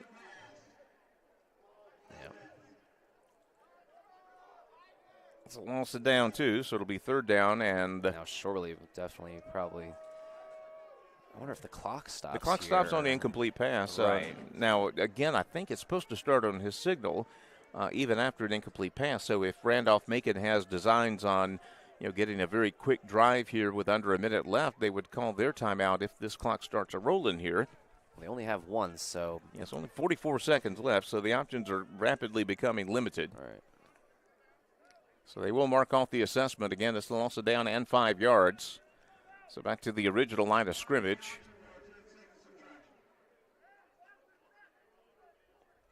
What was that? I didn't catch him. 10-second subtraction, so. Oh, okay. Interesting. I mean, the clock's still at 44. Still at 44. And it's holding, I think. Okay, now it's going to run. That's going to run, okay. The Cougars definitely run it here. I had it off to Shy, looking he gets both hands on the ball because they are coming after that ball. They'll call the timeout here and force a Cougar punt deep in their own territory. So just a bad stroke of luck for the Cougars there. A super pass is nullified by the fact that he was probably about a foot or so past the line of scrimmage.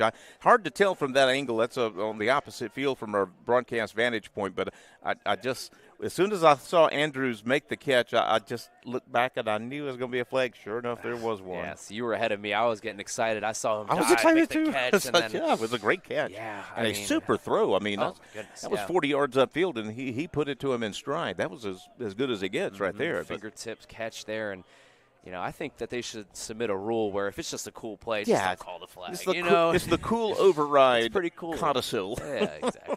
But I mean, that's tough because that's the biggest play of the day so far for the Cougars, and it's nullified by the penalty. But we've last half of the second quarter, we played these guys pretty well toe-to-toe after a 28-0. So baby steps. Just keep playing balls. Make something good happen. Going to try to block this as well.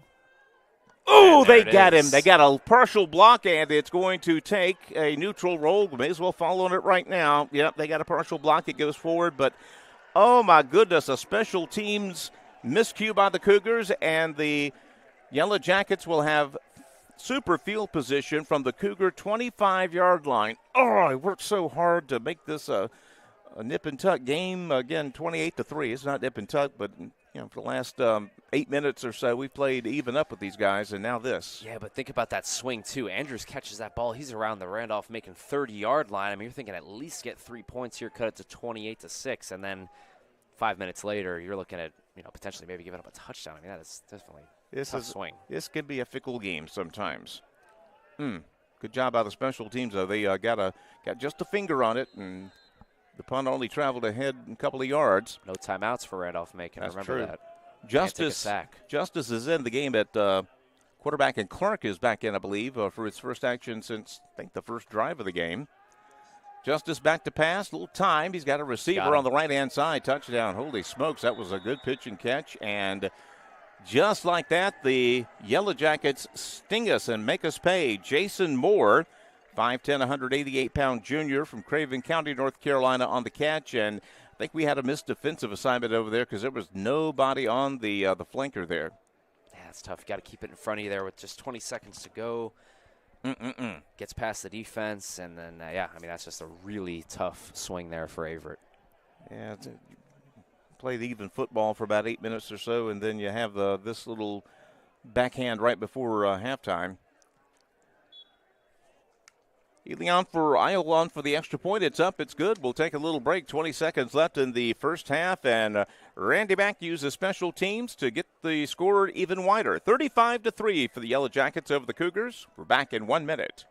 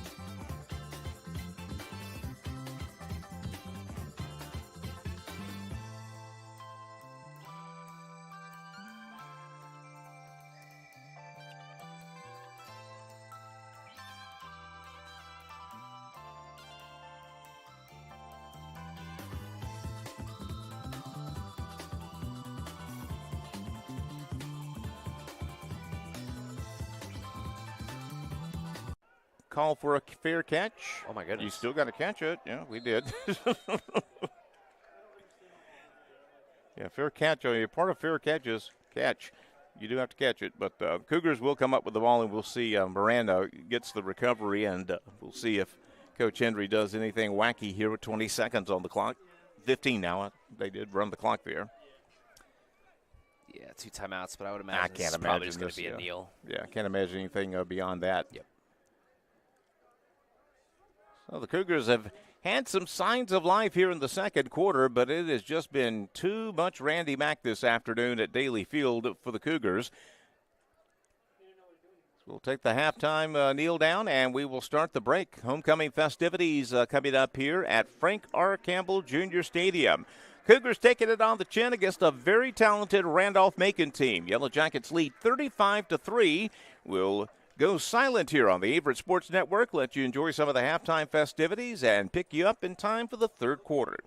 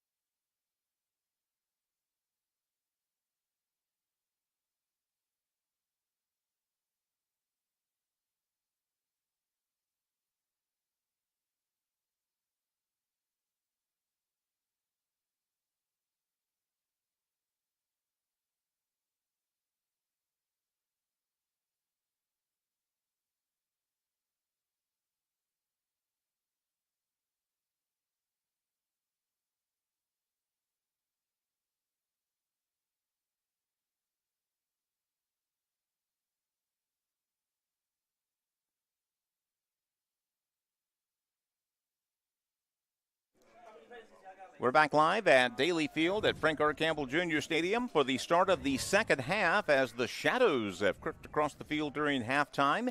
4 o'clock kickoff means we're going to have about a half and half day. The lights are on, but no effect yet.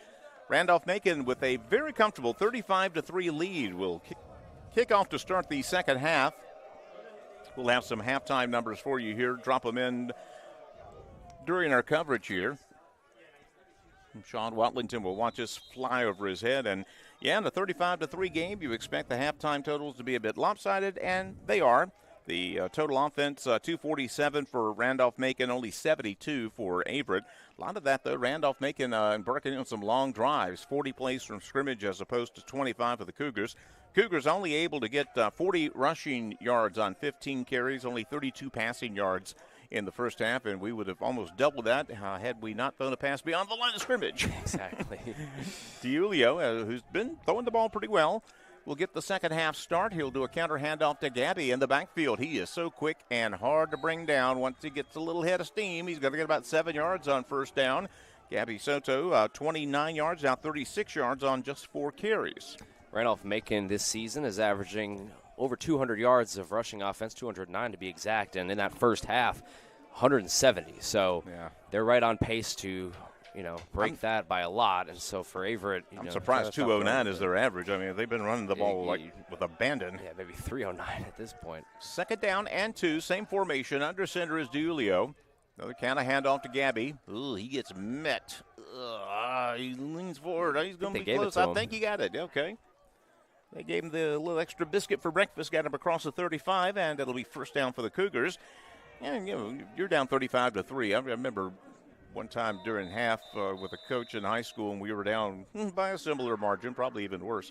He said, I'm going to make a deal with you guys. We're not coming back to win this game, but I'm going to make a deal with you. I'm not going to watch a minute of the first half film, but I'm going to watch the second half film to see who's still playing hard. And if you're still playing hard in the second half, you can play on my team. If not, get out of here. I like that. Yeah. One of the guys that's been playing pretty hard is Gabby Soto, 3 carries for almost 30 yards. He's averaging over 9 a carry. So in a first half that didn't see too much Averett offense, Gabby was definitely a provider. Had that big 20-yard rush that we saw in the second quarter. But 2 carries for 11 yards to start the second half here. Got a stoppage of play here for some reason. Play clock is not working, so they'll keep it on the field.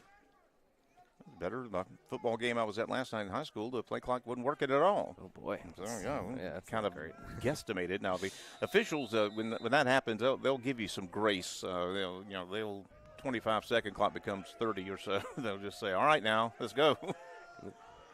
So we'll go under center again. Same formation. Again, a tight end to H-back to the right, 2 wideouts to the left. Under center is DiUlio trying a hard count. Fakes the stretch handoff, now rolling against his body, throws it short to Andrews, and he gets popped behind the line of scrimmage. That was good zone defense reaction that time. Number 13 for Randolph-Macon made the stop. That's Brandon Watson. He did a heck of a job. Andrews has been his most targeted receiver. That's his 6th target on the night, 71 yards.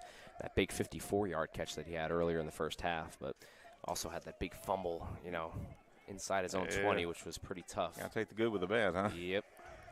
And he almost had, again, on about a 45-yard pass. Talk about that. Taken away because the quarterback was a foot behind above the line of scrimmage. So we'll trip it up this time to the right. Short pass incomplete, and he didn't do Andrews any favor on that pass there. He was leading him right into the mouth of the lion there, and the pass was wide, incomplete. It'll be 3rd and 10. That was a business decision there by Nick Andrews. I tell you, get out of the way. I would have done the same thing. That's hard. Boy, that's hard. It is a special receiver who will go all out over the middle for that. Gonna take a lick in a 35-3 game. There we go. 3rd down and 10. And DiUlio has gotten most of the snaps this afternoon for the Cougars. Saw Brock Hoffman to start the game. We've also seen Jacob Lemon take a few snaps. Trips right, shotgun formation. Back to pass, looking downfield. It's tipped and incomplete. Not a bad-looking pass, a little high, but he threw it where only his guy presumably would have a shot at it. Number 15, Danye Colvin, the intended receiver. Ball goes in and out of his hands, and the Cougars will have to punt. Yeah, like what you said, right where he could get it because that was triple Yeah. coverage Yeah, there. he But had it actually was a good throw because you get it all the way up there where he can grab it and just couldn't come down with it. Where he's the only one that has a reasonable chance at it. Unfortunately, he almost tipped it to where it was going to be picked, but it fortunately hit the ground. A lot less pressure here on this punt, I would assume, after that blocked punt that we had. Yeah. Definitely still got to try to block. Yeah, they've only got 5 guys on the line here. Yakovlev will get a good punt off. Got some hang time on it. Back to the 20-yard line to return. The ball is fumbled. It's going to be picked up by, and they're going to say a muff. Yeah, you can't advance a muff even when it's your own team's muff. So it's to the 14-yard line. So a little special teams miscue that time by Randolph-Macon, and they will have poor field position for their opening drive of the second half. They'll spot it at the Yellow Jacket 15. That was a good punt. Yeah, it was. He's had a couple of really nice boots. The hang time on it is crazy. We're going to see. Let's see who they come out with quarterback like we talked about before. They've also done their duo quarterbacks as well. And I mean, they brought Cassiola back a couple of times here, but both have been good. But Justice 4 for 5 for 45 yards and a touchdown. Justice was slinging the ball. Yeah. Looks like Cassiola is going to start the second half. Tailback gets the carry here, right up the gut. That's a solid run for Johnson beyond the 20, 21, 22-yard line. So good, solid 7-yard pickup on first down there. Mitchell Johnson, 2 touchdowns in that first half, 8 carries for 36 yards. Guy who wasn't even listed on the 2 deep. Exactly. Best we can figure, he's the fourth-string tailback, but they look like they're the kind that just goes with the hot hand. Yep. We got 4 good backs here, and whoever's looking the best is going to get the ball. This time they'll go to under center formation, 2 tights, 2 wides, and a single back. Fake the handoff, back to pass. The pass is complete to the tight end. He's got room in the flat, first down and a whole lot more to about the Cougar 45-yard line. And that's going to be the second catch of the afternoon for Andrew Lloyd. Not Andrew Lloyd Webber, just Andrew Lloyd. Big fella, 228-pounder, and it'll be first down for Randolph-Macon. Both of his catches, too, kind of came on the same play, a little play action, try to draw in the defense, and then just kind of dump it over to him, let him work. Little ISO, and if the outside backer is just the least bit tardy out there, he's got the ball with a little room. So we'll go back to the shotgun again. That's Johnson still in the backfield with Dante Cassiola, senior out of Charlotte, North Carolina. Fake the jet sweep. Johnson gets the carry. No, it's going to be the quarterback Cassiola, and Cougars had everything pretty well defended. They had inside handoff covered and a keeper covered, and Cassiola will get 2 yards out of the play, 2nd and 8. Felt so bad for this Cougar defense. They had just been ripped the first 4 drives, and they got 2 stops, and things looking good, and then you put them back on their 25-yard line. Thanks, guys. Blocked punt. Yeah. 2nd down and 8. Cassiola hands it off to Johnson, right side tackle. He's got a first down, and he's got a whole lot more into Cougar territory, down to about the Averett 36-yard line. Just some straight-up power football by Randolph-Macon. Their offensive line is simply exceptional, and they'll move it downfield again into Cougar territory, again about the Averett 36. A couple other scores. Notre Dame with a 21-7 lead over Georgia Tech in the third. Battle of top 25 teams. Illinois over Michigan, 13-7, early second half. How about Navy and Army getting 2 big wins today as well? Top 25. Are they going to be 11-0 going into the that December game? Oh, that's going to be exciting. That's freaking awesome. Yep. We'll hand it off to Johnson this time in the backfield. Averett player got a hand of his shirt and says, come down. He'll get a couple of yards out of the play, but the Cougars defense did a good job of snuffing that out, but he'll pick up 3. Good second effort there from Johnson. It's like all their tailbacks look exactly the same size, too. It's like they got 4 interchangeable. It's like a machine, It right? is, yeah. It's just interchangeable, like robots. Yeah, they're all, just change the numbers, same kind of guy. Got to make sure we get somebody to look over there. Is that wearing this different number? I don't know. 2 wides to the right, 1 to the left. Cassiola, the quarterback, clamps his hands. Counter handoff to Johnson in the backfield. He does a good job, but the Cougars have a hand on his shirt, and they'll bring him down for a loss. We're going to make him go shirtless here in a second if we keep this up. Number 88 on the stop, Rocco Fazzolari. Freshman for the Cougars. We have an injured Cougar defender out. We'll see who that is in a second. But, Fazziola had his hand. That's the second time number 88's had his hand on his jersey. It's like the old Remember back in the 70s, Greg Pruitt, I think, was the one that had the tearaway jersey. I mean, if you touched any part of him and pulled, it was going to come off. It was like crepe paper. But I might have to ask my dad about that. Yeah, That's a little bit before my time. I know. But, I'm easing over here. Yeah. I mean, obviously, if you can't tell on TV right now, I mean, it's going to take more than one guy to bring him down, and so it's definitely a team effort down there. Literally giving the shirt off his back for that one. But, yeah, I remember there's several pieces of old NFL film, yes, I'll say old, of Pruitt just coming off because his jersey was in shreds. But they designed a jersey that was tearaway. He wanted that. Earl Campbell for a while. Larry Zonka? Larry Zonka, he know that from my dad. He made that. He made other jerseys tear away. There you go. That kid, 220 pounds, and it was just like one rolling muscle. Old school football. There you go. So it'll be 3rd down and 8 to go. They'll put Johnson in motion. Empty backfield for quarterback, and it's incomplete. Bring that in. He did. Holy smokes, what a catch. Now, is there an official going to overrule it here? I think it bounced. I thought it bounced. Yeah. It was like an optical illusion. Like he came down with it, but I think it bounced off the turf. They're going to say it bounced off the turf. I thought I saw that. I mean, I know I'm a little far away here, but I could have swore that bounced. And your glasses on, too. This is the only thing I wear my glasses for, actually. I don't need them driving or reading, but if I take them off, the number 19 looks like it's number 94 or whatever. And this is like the lowest corrective lens my optometrist says he's ever assigned to anybody. It's just a little off. Yeah, interesting. They had 91 minutes on the clock there. That's incorrect. Yeah, I hope so. So 4th down and 8 because of the field position. They will go for it. Cassiola back to pass. Got time. Begins to run out, and it does. Oh, 2 Averett players, Faziola and Chavis Martin, who has had a great afternoon, will split that sack, and hats off to this Cougar defense. Again, they got pushed around first half big time. We're getting pushed around on this drive, but they swell up and get a stop. 3rd stop of the afternoon. Still 35-3 Randy back. Don't get me wrong. The game is still pretty well settled for now, but I love that defensive stop. That was good. I'm with you. And they score on their first 4 possessions, all touchdowns, and then you get 2 straight stops. You get in a tough spot there with the blocked punt. Sure. What are you going to do? 20-yard touchdown. But you get another stop. I mean, really, 3 out of the 4 last possessions have been good. Gabby Soto gets tackled by the team picture at about the 40-yard line. That's a good pursuit to the ball. They had a couple of backers that just slid right down just as soon as they saw number 4 cut it to the outside of the right tackle. Hold him for about a 3-yard gain. It'll be 2nd and 7 for the Cougars. It's been the pressure, too, on defense that I've liked. A couple sacks here as well. So. Yeah, we got our licks in.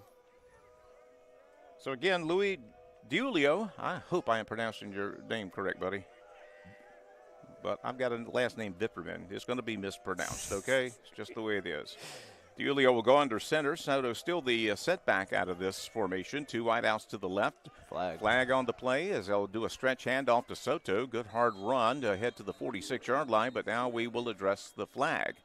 It was thrown by the linesman. They're going to say they line up in the neutral zone because that's, generally speaking, the timing of that flag suggests, and they're asking Averett. So, yeah, I think we're going to get offside penalty, and we'll take the free 5 there because –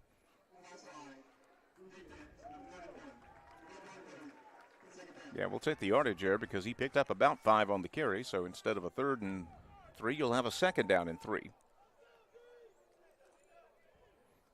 Line of scrimmage will be the Cougar 47-yard line.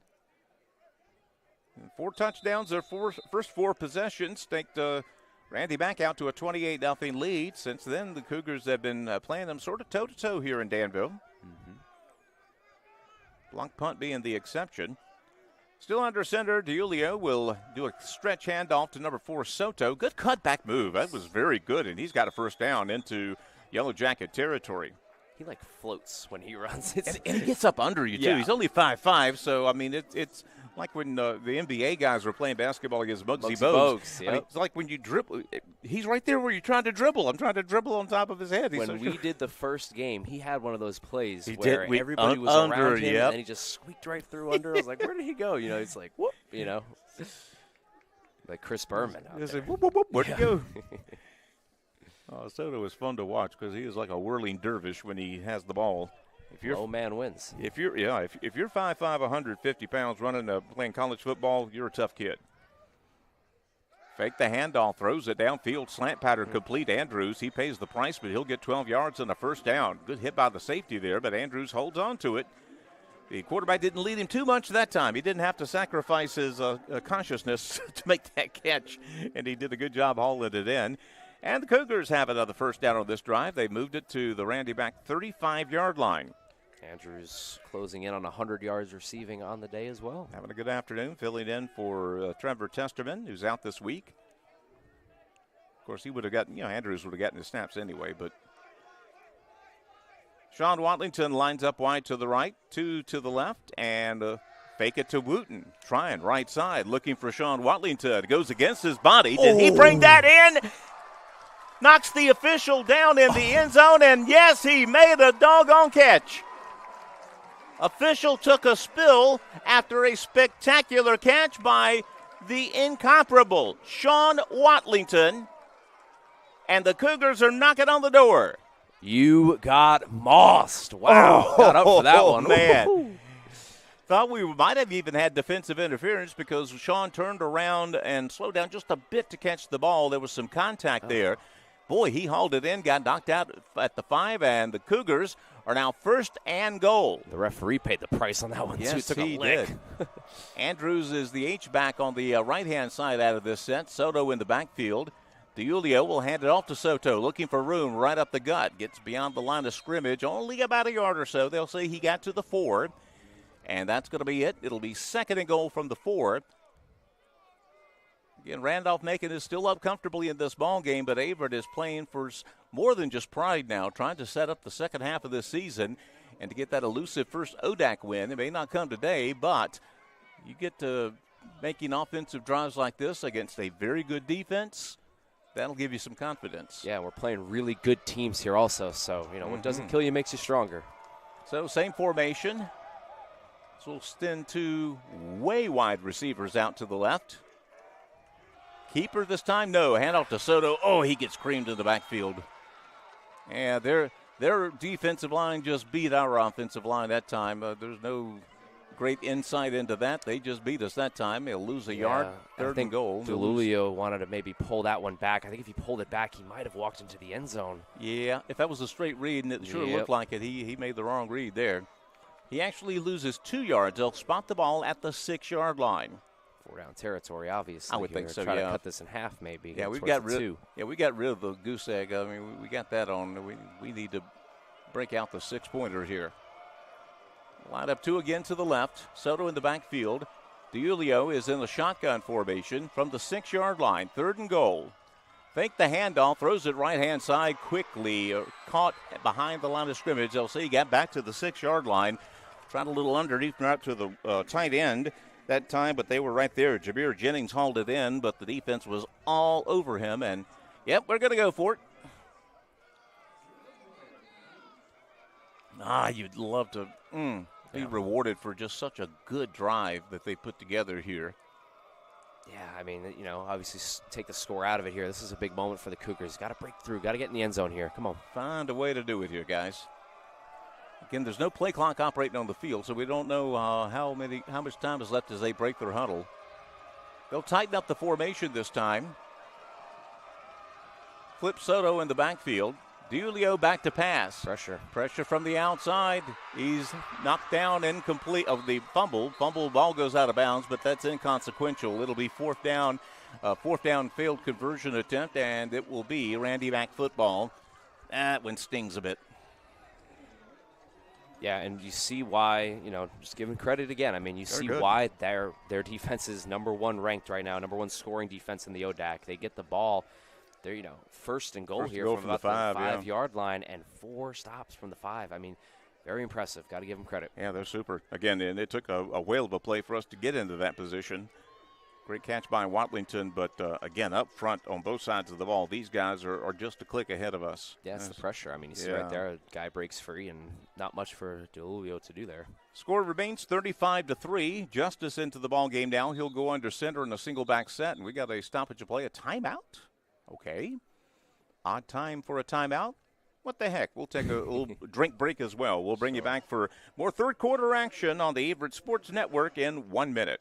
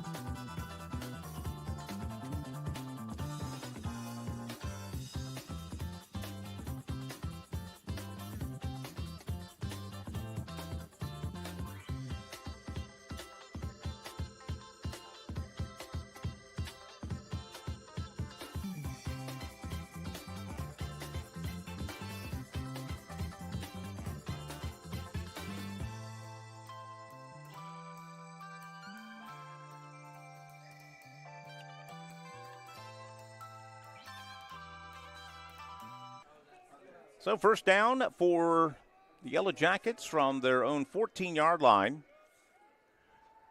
Back to pass is Justice. He's going to try for the home run ball. Got a receiver out there. It's caught. We missed the tackle, and they are going to have a long, long touchdown pass.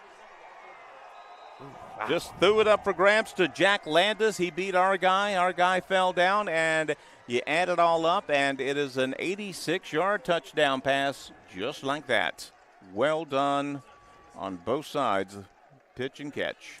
It's been the swings in this game. The illegal pass, punt, blocked, touchdown. First and goal from the 5, 4 downs, miss it, give the ball back out, 85-yard touchdown. So it's been the swings for Averett. They've been close. I know it sounds crazy when it's 42-3, but they have been close. It's just been these swings, and when things don't go their way, it seems like it kind of snowballs. That's what happens in football far too often.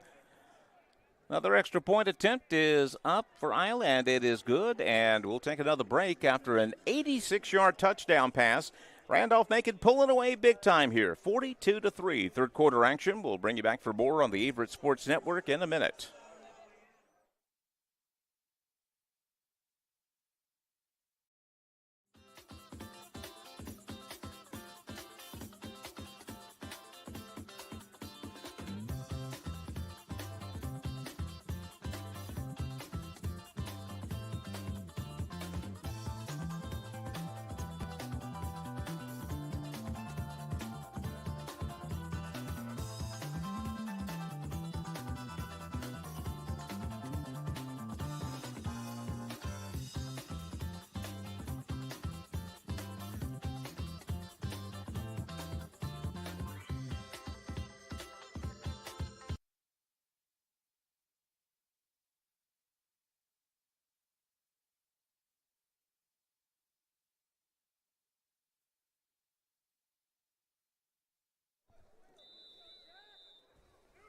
.86 yards on the touchdown pass, and the Yellow Jackets have stretched it out to a 42-3 lead over the Cougars, as the Shadows have pretty much taken over all of Daly Field.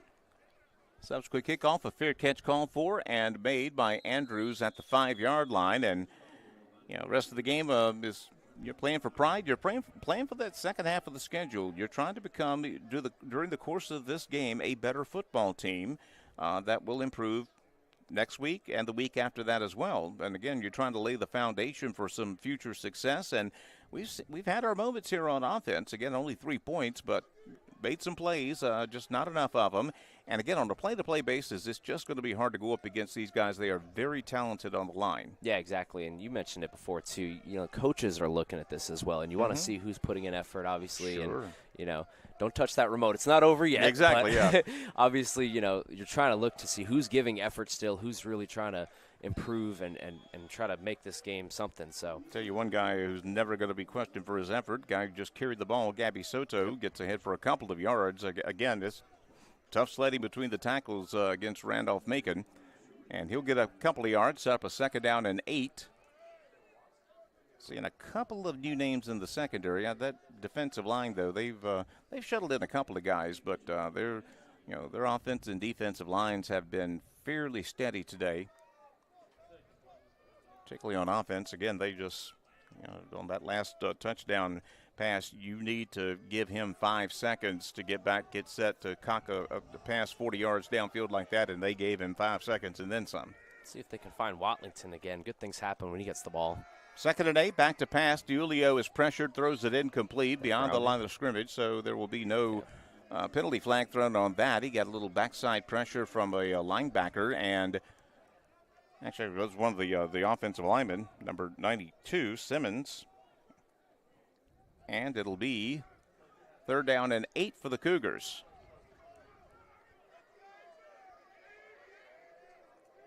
Louis DiUlio as quarterback the entire second half here. We've seen 3 quarterbacks today. Again, Ross, the starter from week 1, got injured in week 3. We've not seen him since.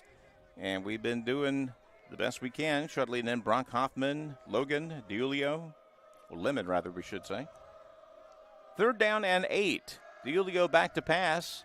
Time begins to run out. He throws it short. It's incomplete. Oh, he had it for just a second. 12. Jason Moran had it in his hands for just a moment, took a step, and then had it knocked out of his hands. That close to being a big 3rd down conversion, but it's an incomplete pass, and we'll have the Cougar punting team take the field. When it's 42-3 and you're not too focused on the results, I like what I see there from DiUlio, moving up in the pocket and pressure and delivering a dart. He gave himself a couple extra seconds. Yeah, it wasn't caught, but again, that's something that you can look at on film and be like, this is a positive here. Yeah. I mean, this is a really good play to make. He threw a good pass, and again, just good timing by the defender to get in there. Yep. So Yakovlev on for another punt. Low snap, he'll get it away. Another good punt. Hang time. They'll call the fair catch this time and make it at the 31-yard line. So, positives if you're looking for. Punting game has been pretty solid today. Yakovlev has gotten good hang time on his punts, and other than the one that got blocked, of course. He also made a 41-yard field goal as well, so he has had a pretty good day kicking. 42-3, Randolph-Macon will take the field now. We'll see Justice is still out there. Johnson will be the tailback out of this set, and again, they have been run heavy this afternoon, and why not? If it's working, why do anything else? I talked about this a little bit in the first quarter, but Randolph-Macon is not going to put their foot off of the gas. This is a team that scored 63 points last week. Mm-hmm. They're receiving votes. That's a big word, receiving votes. They're going to want to get into the top 25. So look for them to continue to put their foot on the gas. Justice fakes the handoff. Quick pass complete. Right-hand side. Cougars are right there, though. Short pickup, maybe about 3 yards or so. That's number 6, Cullen Martin on the catch. He'll get ahead for about 3. They'll move it to the 35-yard line. Try that little dot screen, we sometimes call that out there. When you get 2 guys, one of them blocks, one of them catches, and you got to get your second guy there in a hurry. So 2nd down and 7. They'll flip the formation, put 2 wideouts on the left, 1 to the right. Johnson gets the carry, dances out of the backfield, only a couple of yards. Good job by the Cougars, who had pretty good defensive coverage that time. Number 34, Kendrick Long, came in to get a half tackle on the play. Joined by teammate number 49, Anthony Bernelli, a junior linebacker. He'll only get about a yard. They'll move it to the 36, and it'll be 3rd down and 6.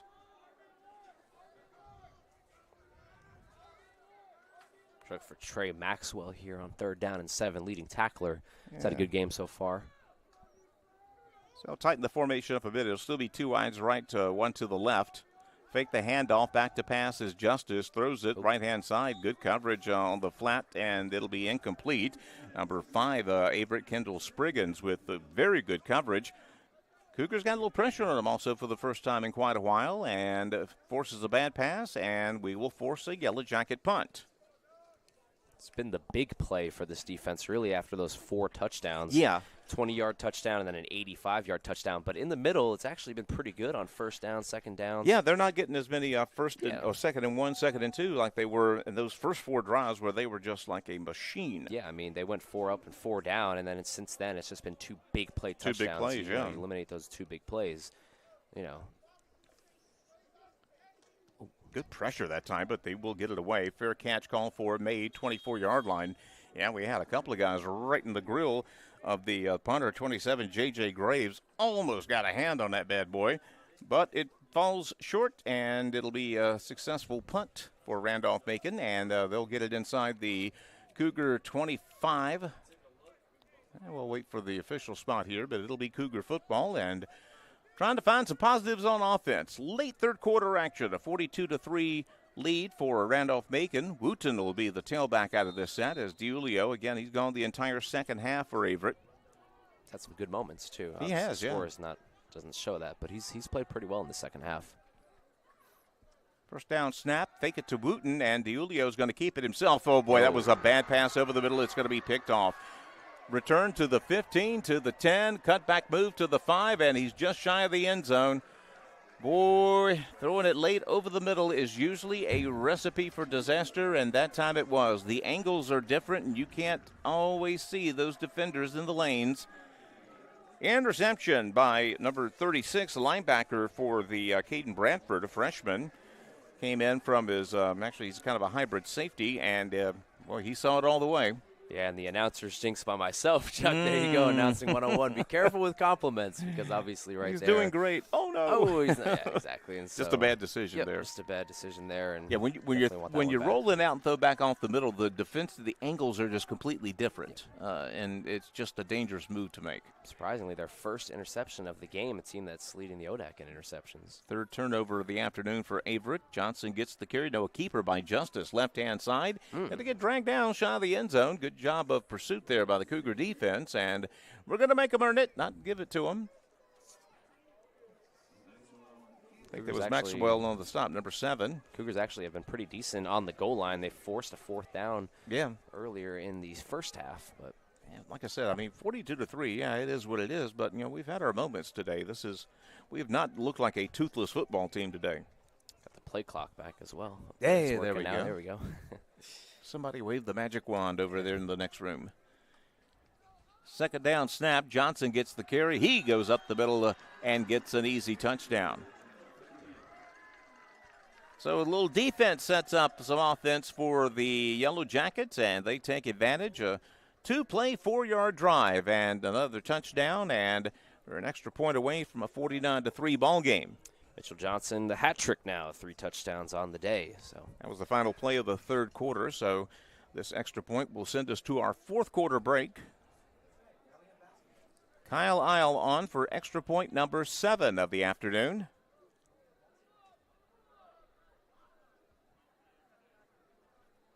Taking their time getting ready here, but it will be up and good.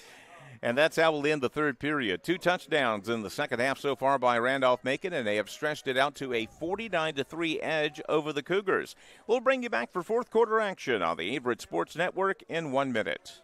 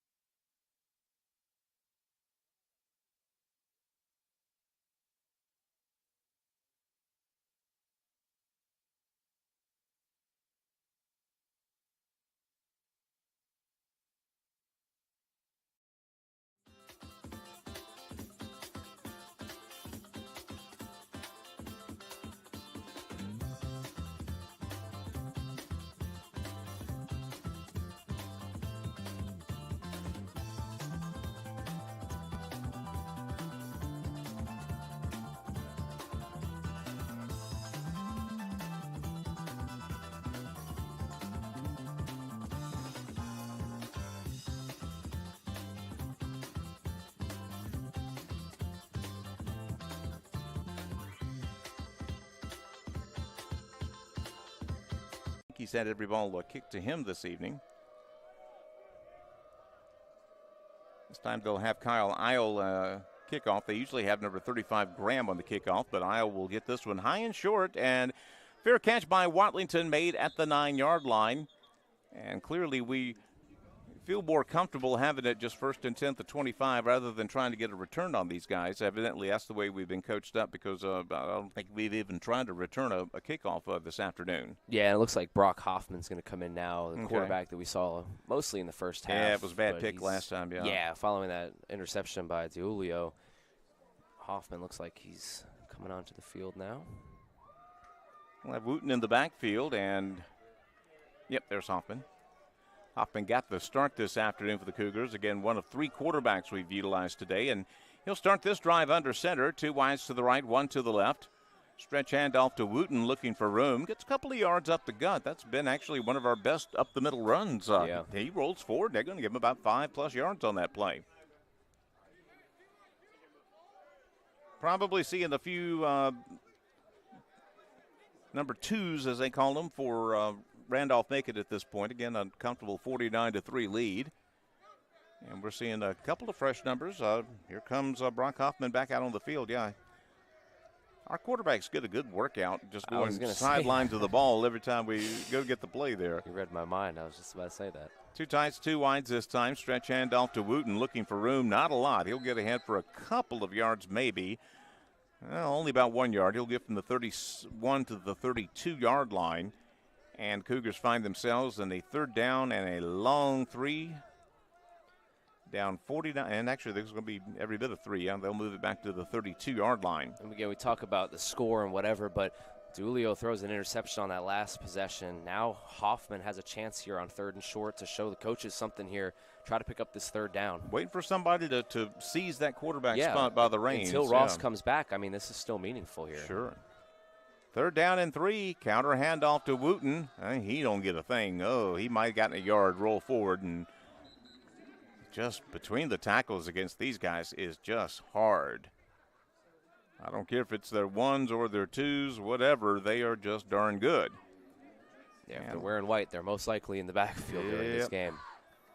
So we'll get a yard, but we needed 3, and Yakovlev is going to be on for another punt. One of the positives of the day is he has gotten some excellent punts off this afternoon. Unfortunately, one of them was blocked, but the other ones that have made it past him have been pretty darn good ones usually. Not a bad one here. It's going to be picked up at the 26-yard line. Cougars are right there on the punt return. Very little on the return. You'll get it out past the 30 to about the 32-yard line. And the Randy Mack Yellow Jackets will bring it out on the field with a very comfortable 49-3 lead. Now you're at the point of the ball game where you just run your offense and hope nobody gets hurt. Try to get the 2s and 3s some snaps in this game. Side note here, just as far as the weather goes on the field, you know, it's funny when that sun goes down, it's just that a little bit cooler, yeah. Right? It's roasting up here in the first half, like 80 degrees, and now the sun goes down, it's still a little chilly. Come on back, we need you. I know, right? Yeah, last night, gosh, I'm convinced we had a 30-degree difference between, just like in 1 hour. Yeah. It is fall after all. 1st down and 10. I guess Justice still in the game. Nope, number 7 getting his first snap, rolling against his body. Hey. Cougars pick it off. We're going to get a pick 6 on it. Nope, not quite. He'll get tackled at the 10-yard line. Number 7, the 3rd-string quarterback, Will Cranford came in and threw it to the left and right into the path of number 19 for the Cougars. It was number 19, yes, on Josiah Campbell, the freshman. That's his 4th interception of the year, and that now leads the ODAC. He's all by his lonesome there. Yep, exactly. Here we go. Let's get a little something out of this. Yeah, he came into the day tied with Colton Payne, like we were talking about, for the conference lead in interceptions, and he gets the one right there. So Josiah Campbell with pick number 4 of the year, and the Cougars are going to try to take advantage here. They have it at the 10-yard line, so it'll be 1st and goal. Hoffman's still the quarterback. They'll bring Soto back out. Sean Watlington will split wide to the right. I believe that's Goffigan to the left. And we need another offensive lineman in here. We need all we can get. Can we have 3 more? I think Coach Hendry's going to call the timeout because we had some personnel issues there, and they just want to make sure. Let's get 1 touchdown. Yeah, let's guarantee ourselves 1 trip to the end zone here. Came really close, last quarter, getting on the goal line on 1st and goal, but couldn't find anything with it, like you said. I mean, let's see if we can get it here, especially after the interception. 49-3. We're in the 4th quarter, and of course, it's the game has long since been decided. But now we're playing for weeks 7, 8, 9, and 10 here, trying to get some momentum. Cougars come into the game with a 3-game losing streak. Of course, they won the first 2 games of the year. Lost to Ferrum, which was technically a non-conference game. We will play them again in week 10 as a conference game. 2 trips with the Panthers this year, trying to get that, just get a couple of ODAC wins this year, and you've got to feel decent about yourself. Let me ask you this. Why was the Ferrum game not a conference matchup? We're playing them twice. I mean, we just played them, non-conference because we did a 10th game. Right, yeah, there you go. Why not? The marriage of convenience. Let's play 2. So Hoffman will go in under center. Soto the lone setback. 2 tights, 2 wides out of this set. From the 10-yard line, stretch handoff to Gabby. Tries to cut to the outside. They're right there, boy. I mean, they were all over that. Number 13 forced to play back to the inside, playing just picture-perfect defense. No yards on first down. It'll be 2nd and goal from the 10. We went to a 3 tight end set that time with an ineligible number at the end. I'm assuming he reported to the ref before that, but now we're going to go to a more conventional set, probably go back out of the shotgun here. Don't think we're going to try a stretch handoff here again. Hoffman's got the play in from the sideline. Cougars trying to get into the end zone for the first time this afternoon. Split 2 wideouts to the right, 1 to the left. No Sean Watlington out of this formation. Interesting. Soto gets the carry. He's got room up the gut to the 5, into the end zone for a touchdown. The Alaskan Assassin strikes from 10 yards out, and the Cougars are on the board. Soto has had a good day on the ground, and he gets the touchdown there. Nice job by Gabby Soto, running the ball all the way down. The Alaskan Assassin, Chuck. And he gets it on a play where we have had very limited success. The stretch play up the gut that time, but a good job by the offensive line. That was the best blocking we've had on a tackles play all night. Yakovlev on for the extra point, trying to get the Cougars to double digits. Snap, the hold, the kick, it's up, it's good, and the Cougars take advantage. Defense sets up a little offense. A pick and a 10-yard touchdown run by Soto, and the Cougars have a little something to hang their hats on. 49-10. We'll come back for the subsequent kickoff in 1 minute.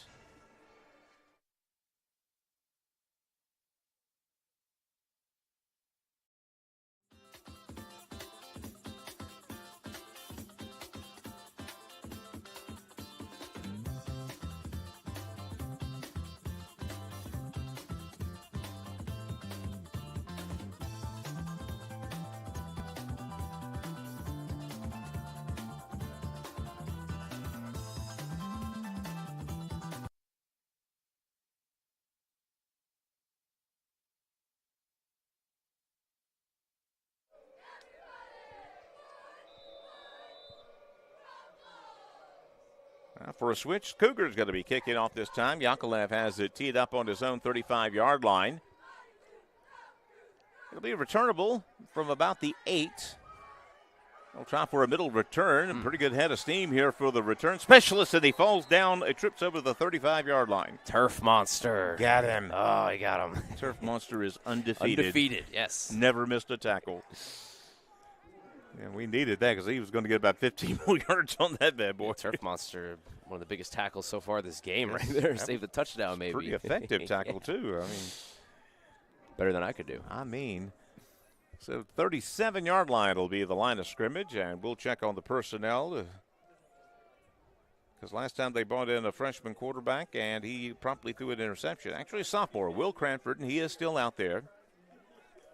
Threw an ill-advised pass last time that the Cougars promptly picked off. Tailback this time. Cougars are all over him. Boy, there was going to be a backside hold on the play, but it didn't matter. I mean, the Cougars are right there on offense, and I'm guessing this is not the same offensive line we've been seeing today because that one didn't look too good. Yeah, it got blown up and had holdings, like you said. Yeah. Don't want to make assumptions, but I'm pretty sure they might have made some changes up there. Yeah, I'm going to think that's not the regular starting 5 there. But we do have a injured Randolph Henry player on the play there. Haven't seen the official assessment on the penalty here. Man, it's going to be number 67 on that hold.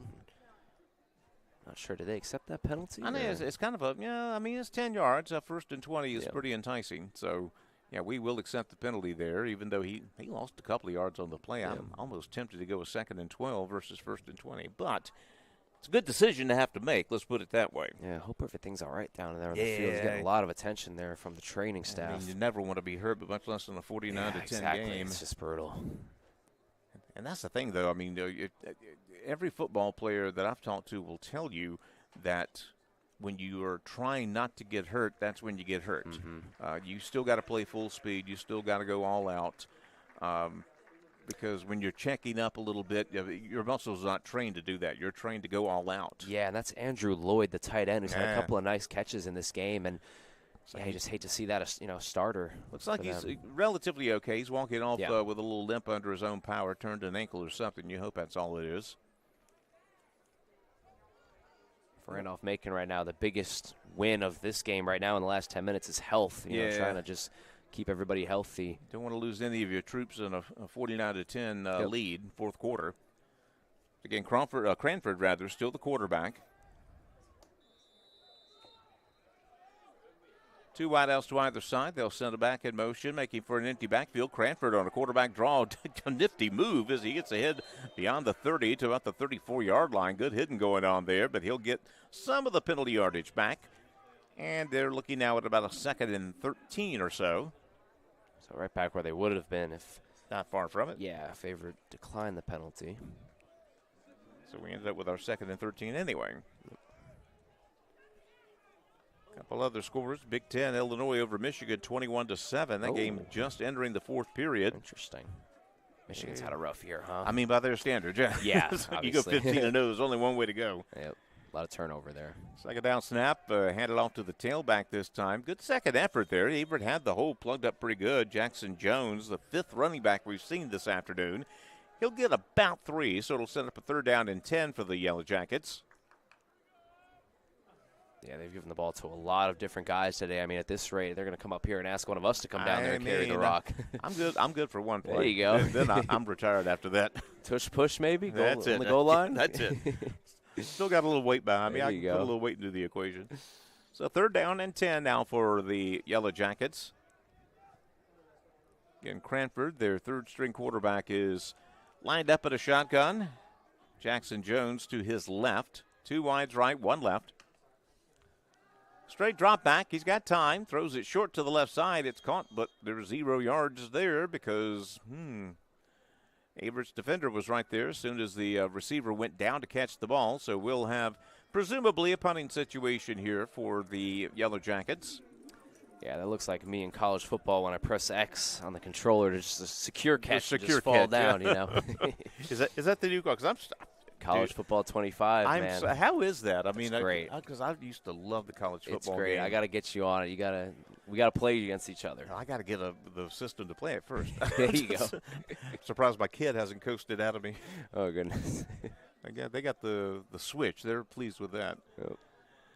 Not a bad punt considering wild snap. Free catch is called for, made at the 30-yard line. I've still got a PlayStation 2 that functions in my office, and every so often I'll go play one of the ancient college football games I have, like 08, 09 or back whatever. When it was NCAA. Yeah. NCAA 07. Yep.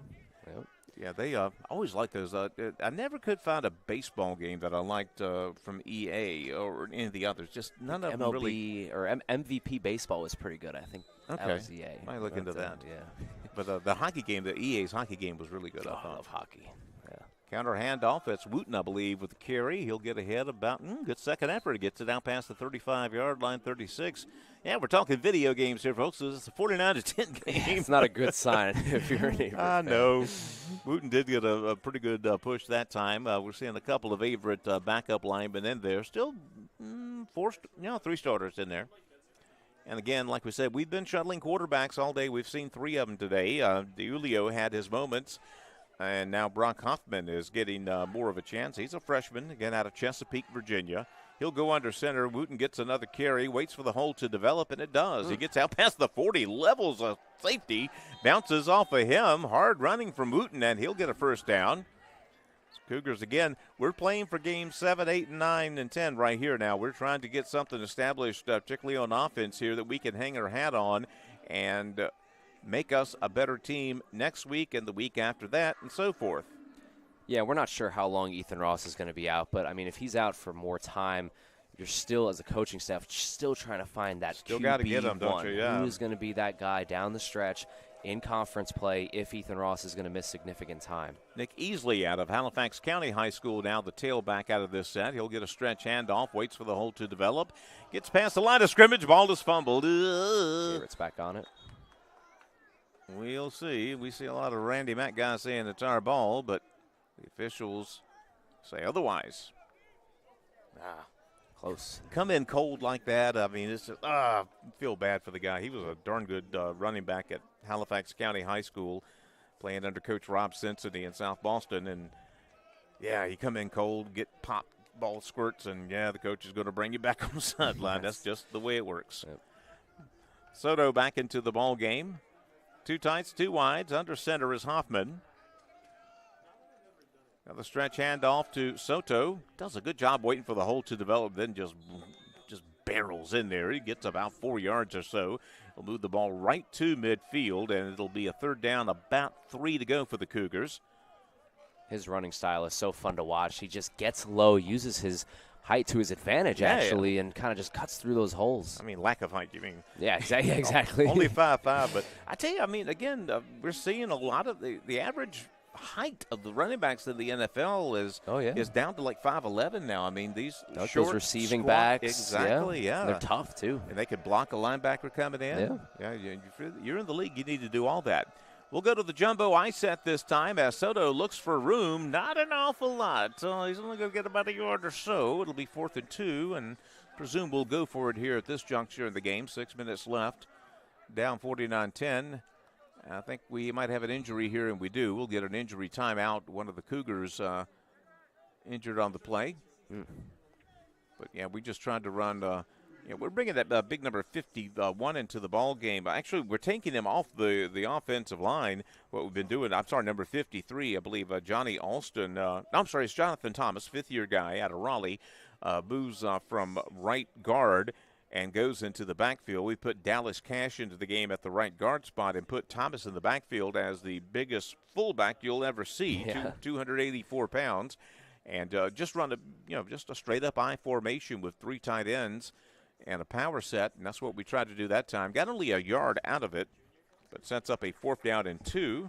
Yeah, Jonathan Thomas, or JT as he's affectionately called by his teammates, 5th-year senior, great guy, and yeah, you talked about it right there. I mean, probably the biggest fullback you'll ever see back there. They don't get much bigger than 284. Coach Henry's got to give him the rock. I'd pay money for that, boy. Yeah, man. I ain't tackling him. Nope.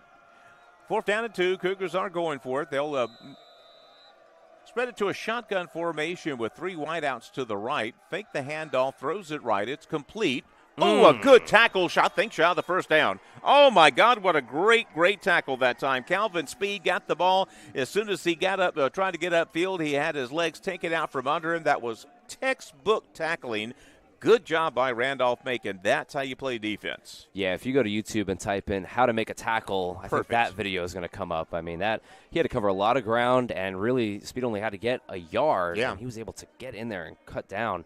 Terrific tackle. I mean, if you're a 180-pound defensive back and you got a 260-pound tight end coming at you, you go for the ankles. Oh, yeah. You're not going to get him up. Anything above the thighs is your weak zone. Yeah. That was a great tackle. So the Cougars will turn it over on downs, and Randy Mack will get the ball again with a comfortable 49-10 lead. Second half of the 4th quarter. They'll do a jet sweep. No, a keeper by the quarter. No, he did hand it off. My bad. He'll get it upfield for a few yards. A new quarterback into the game now, the 5th one we've seen today. Yeah, my eyes were going all over the field on that one. So I was like, all who's got over, the ball? That was a darn good fake. It was. Number 9, who is listed as a wide receiver, freshman Andrew Ryman, I believe took that snap and ended up handing it off number 22, Gage Pennington, a senior wide receiver who turned it upfield, got about 8 yards out of the play. I think I got my numbers right on that play. Number 9 looked like he was carrying out the fake. Fake the handoff. Quarterback's going to keep it himself. It's number 0 on the carry. He's got a 1st down. Good tackle on the far side. But that's Detrick Brown, who is the 5th quarterback we've seen today from Randolph-Macon. And he will move the chains out to the Cougar 40-yard line. Still over 5 minutes left to go in the ball game. And again, the outcome has long since been determined. We're playing for the next week and the week after that and so forth now, trying to get some formulas that work on both sides of the ball. And that next week will be at Hampton-Sydney. So Cougars, that'll be easy. Yeah, yeah, exactly. Jeez. And the Cougars won't come back until November the 2nd against Shenandoah. Keeper by Detrick again, and this time he'll get swarmed. He made the wrong read on the read option, and he'll get tackled by 3 Cougars, about 3 yards behind the line of scrimmage. Good job by the D. Again, Detrick Brown listed as a sophomore wide receiver.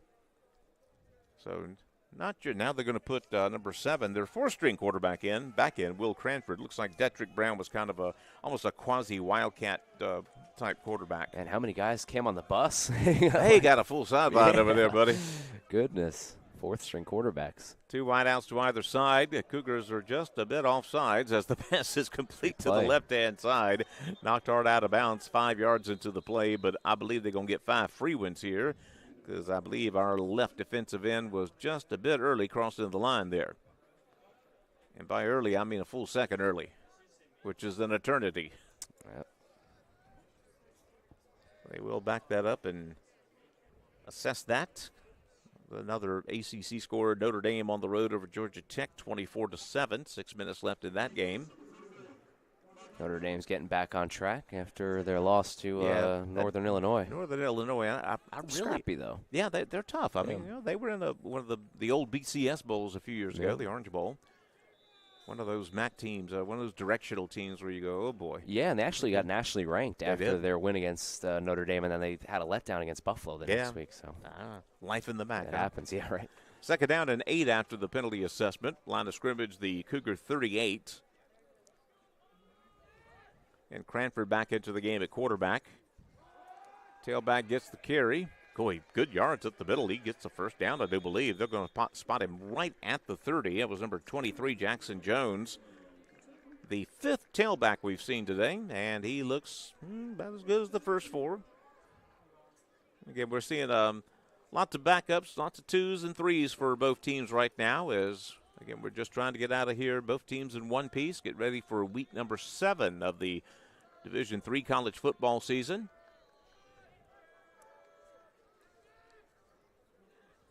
Cranford runs some clock, hands it off to Jones once again. Good stop-and-go move, and gets ahead about 6, maybe 7 yards. That was a great stop-and-go move. Again, you know he's got confidence in his line when he will just stop in the backfield and wait for the blocks that he knows are going to come. If you're not sure of your offensive line, those blocks might not come, and you might get decapitated there standing. Right. But when you got confidence in your line, just give them a half second. Yeah, we're good. Now I will squirt forward and get 7-8 yards. Randolph-Macon determined to make this the last drive of the game and take a couple of knees here in a minute. Jones gets another carry, does that stop-and-go move again. A great move to the outside, 15-yard line. He dropped the football. He went back to pick it up. Turf Monster has had 1 forced fumble tonight and 1 tackle. He's having a heck of a second half, huh? That's a good defender there, buddy. Yeah, Jones, he did a great job of, that was a great move he put on our outside linebacker there. Got outside, but looked like he was trying to move the ball from his left arm to his right arm, and the ball did not cooperate. Yeah, where's Chris Berman? Whoop, whoop. That was a whoop, whoop moment. A 2-minute timeout, not warning. Yes. So, since it says timeout, we'll take timeout as well. Catch our breath for the final 2 minutes. We'll bring you back for the conclusion here on the Averett Sports Network in 1 minute.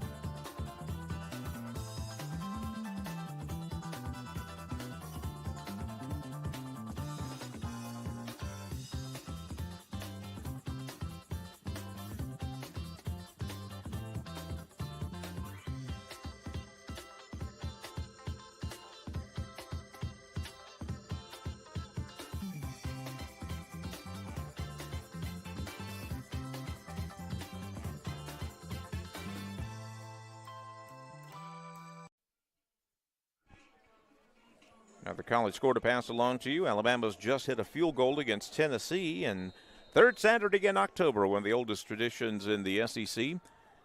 Bama over the Vols 10-7. 1st down handoff, right-hand side. Jones, the new ball carrier, gets inside the 10 to about the Cougar 6-yard line. It's actually DJ Cone, the tailback there, the sixth running back we've seen this afternoon. We are getting into the nether regions of the depth chart on both teams here. That's a big bus that they traveled up down to Danville. Yes, sirree. It's a large travel roster. Oh, yeah. Well, shifted a couple of personnel. We've seen 4 quarterbacks and 6 tailbacks this afternoon for Randolph-Macon. Again, under 2 minutes left to go in the ball game. A healthy lead for the Yellow Jackets, 49-10. Let's see if they just take knees here or continue to run the ball. Looks like they're going to take some knees. Yeah, looks like they're going to take a couple of knees here, yep. They're in victory formation now. Every coach's favorite call of the game. Take 1 knee, take 2, get out of here, and leave Danville with a convincing win, 49-10. Good performance this afternoon by Randolph-Macon. I mean, it just right now, the way it is in the ODAC, it demonstrates the talent gap. I mean, we wanted to get into the ODAC because we wanted to play the best. We're playing the best. 100%. And they're going to move to 5-1 now, 3-0 in the ODAC, and they're going to be right there competing for that ODAC championship at the end of the season. For Averett now dropping to 0-3 and 2-4, still in competition for a bowl game, trying to get their season back on track. Yes. They've got, 4 games left here, so definitely trying to get their season back on track here. The thing, it doesn't get any easier next week. It definitely doesn't when you look traveling at the schedule. Traveling out to Hampton, Sydney, goodness gracious. Yeah. But that is life in the ODAC, folks. Again, it is one of the premier Division III football conferences, and we wanted in as soon as we started playing football here at Averett in the year 2000. I remember it well. First coach Frank Fulton says, one day we'd like to be in the ODAC playing those teams. And it seemed like a pipe dream in 2000. Right. And 20-plus years later, it happened, and here we are. Now we're going to have to take the next step, and that'll come with recruiting and whatnot. But it is a good brand of football that we're bringing to Danville, and pretty soon Averett's going to be able to reciprocate against some of these upper-tier ODAC teams. Not going to be this year, evidently, just personnel-wise, but this is an Averett team that was not toothless today. I mean, we lost 49-10, but we had our moments, and we played some exciting football today. You see some of the stars on the field. Like you said, maybe it's not collectively yet, but you see some of these players on the field that are standing out. Gabby Soto, just to name one of them, Trey Maxwell on defense. But, it's going to come together, and like you said, it's going to take some time. But, for now, you do see some of those players. Let's see if Averett can turn their season around a little bit here down the stretch. I mean, I've seen, I've been on the wrong end of 49-10 scores where there was, just zero chance for the team. It wasn't like we had zero chance today. We had our moments. They definitely had some chances, especially late in that second quarter with that illegal pass, but what are you going to do about it? Yeah, there's not much you can do except go back to the drawing board, which is what the Cougars will do. Again, the Cougars will fall to 2-4 after today's loss. Randolph-Macon improves to 5-1. In one poll, they're ranked number 23 in the nation. That will not be hampered in the least by this performance in Danville this afternoon. But again, this is, even in a loss like this, this is an Averett Cougar team worth coming out to see. They play an exciting brand of football, and I think they're only going to get better. Most of our playmakers are underclassmen, and we've got a ways to go, but I just like the foundation here. I do too. Really do. And this is a little bit different game than what we watched in week 1 with Ethan Ross throwing it to Trevor Testament. I mean, both players are out, and they had the biggest play of that game on that flea flicker to start the game. First play, both of those guys are out. Hopefully they can heal up, get healthy for the home stretch here. But like you said, definitely want to come out here and watch this team play because they're going to get better.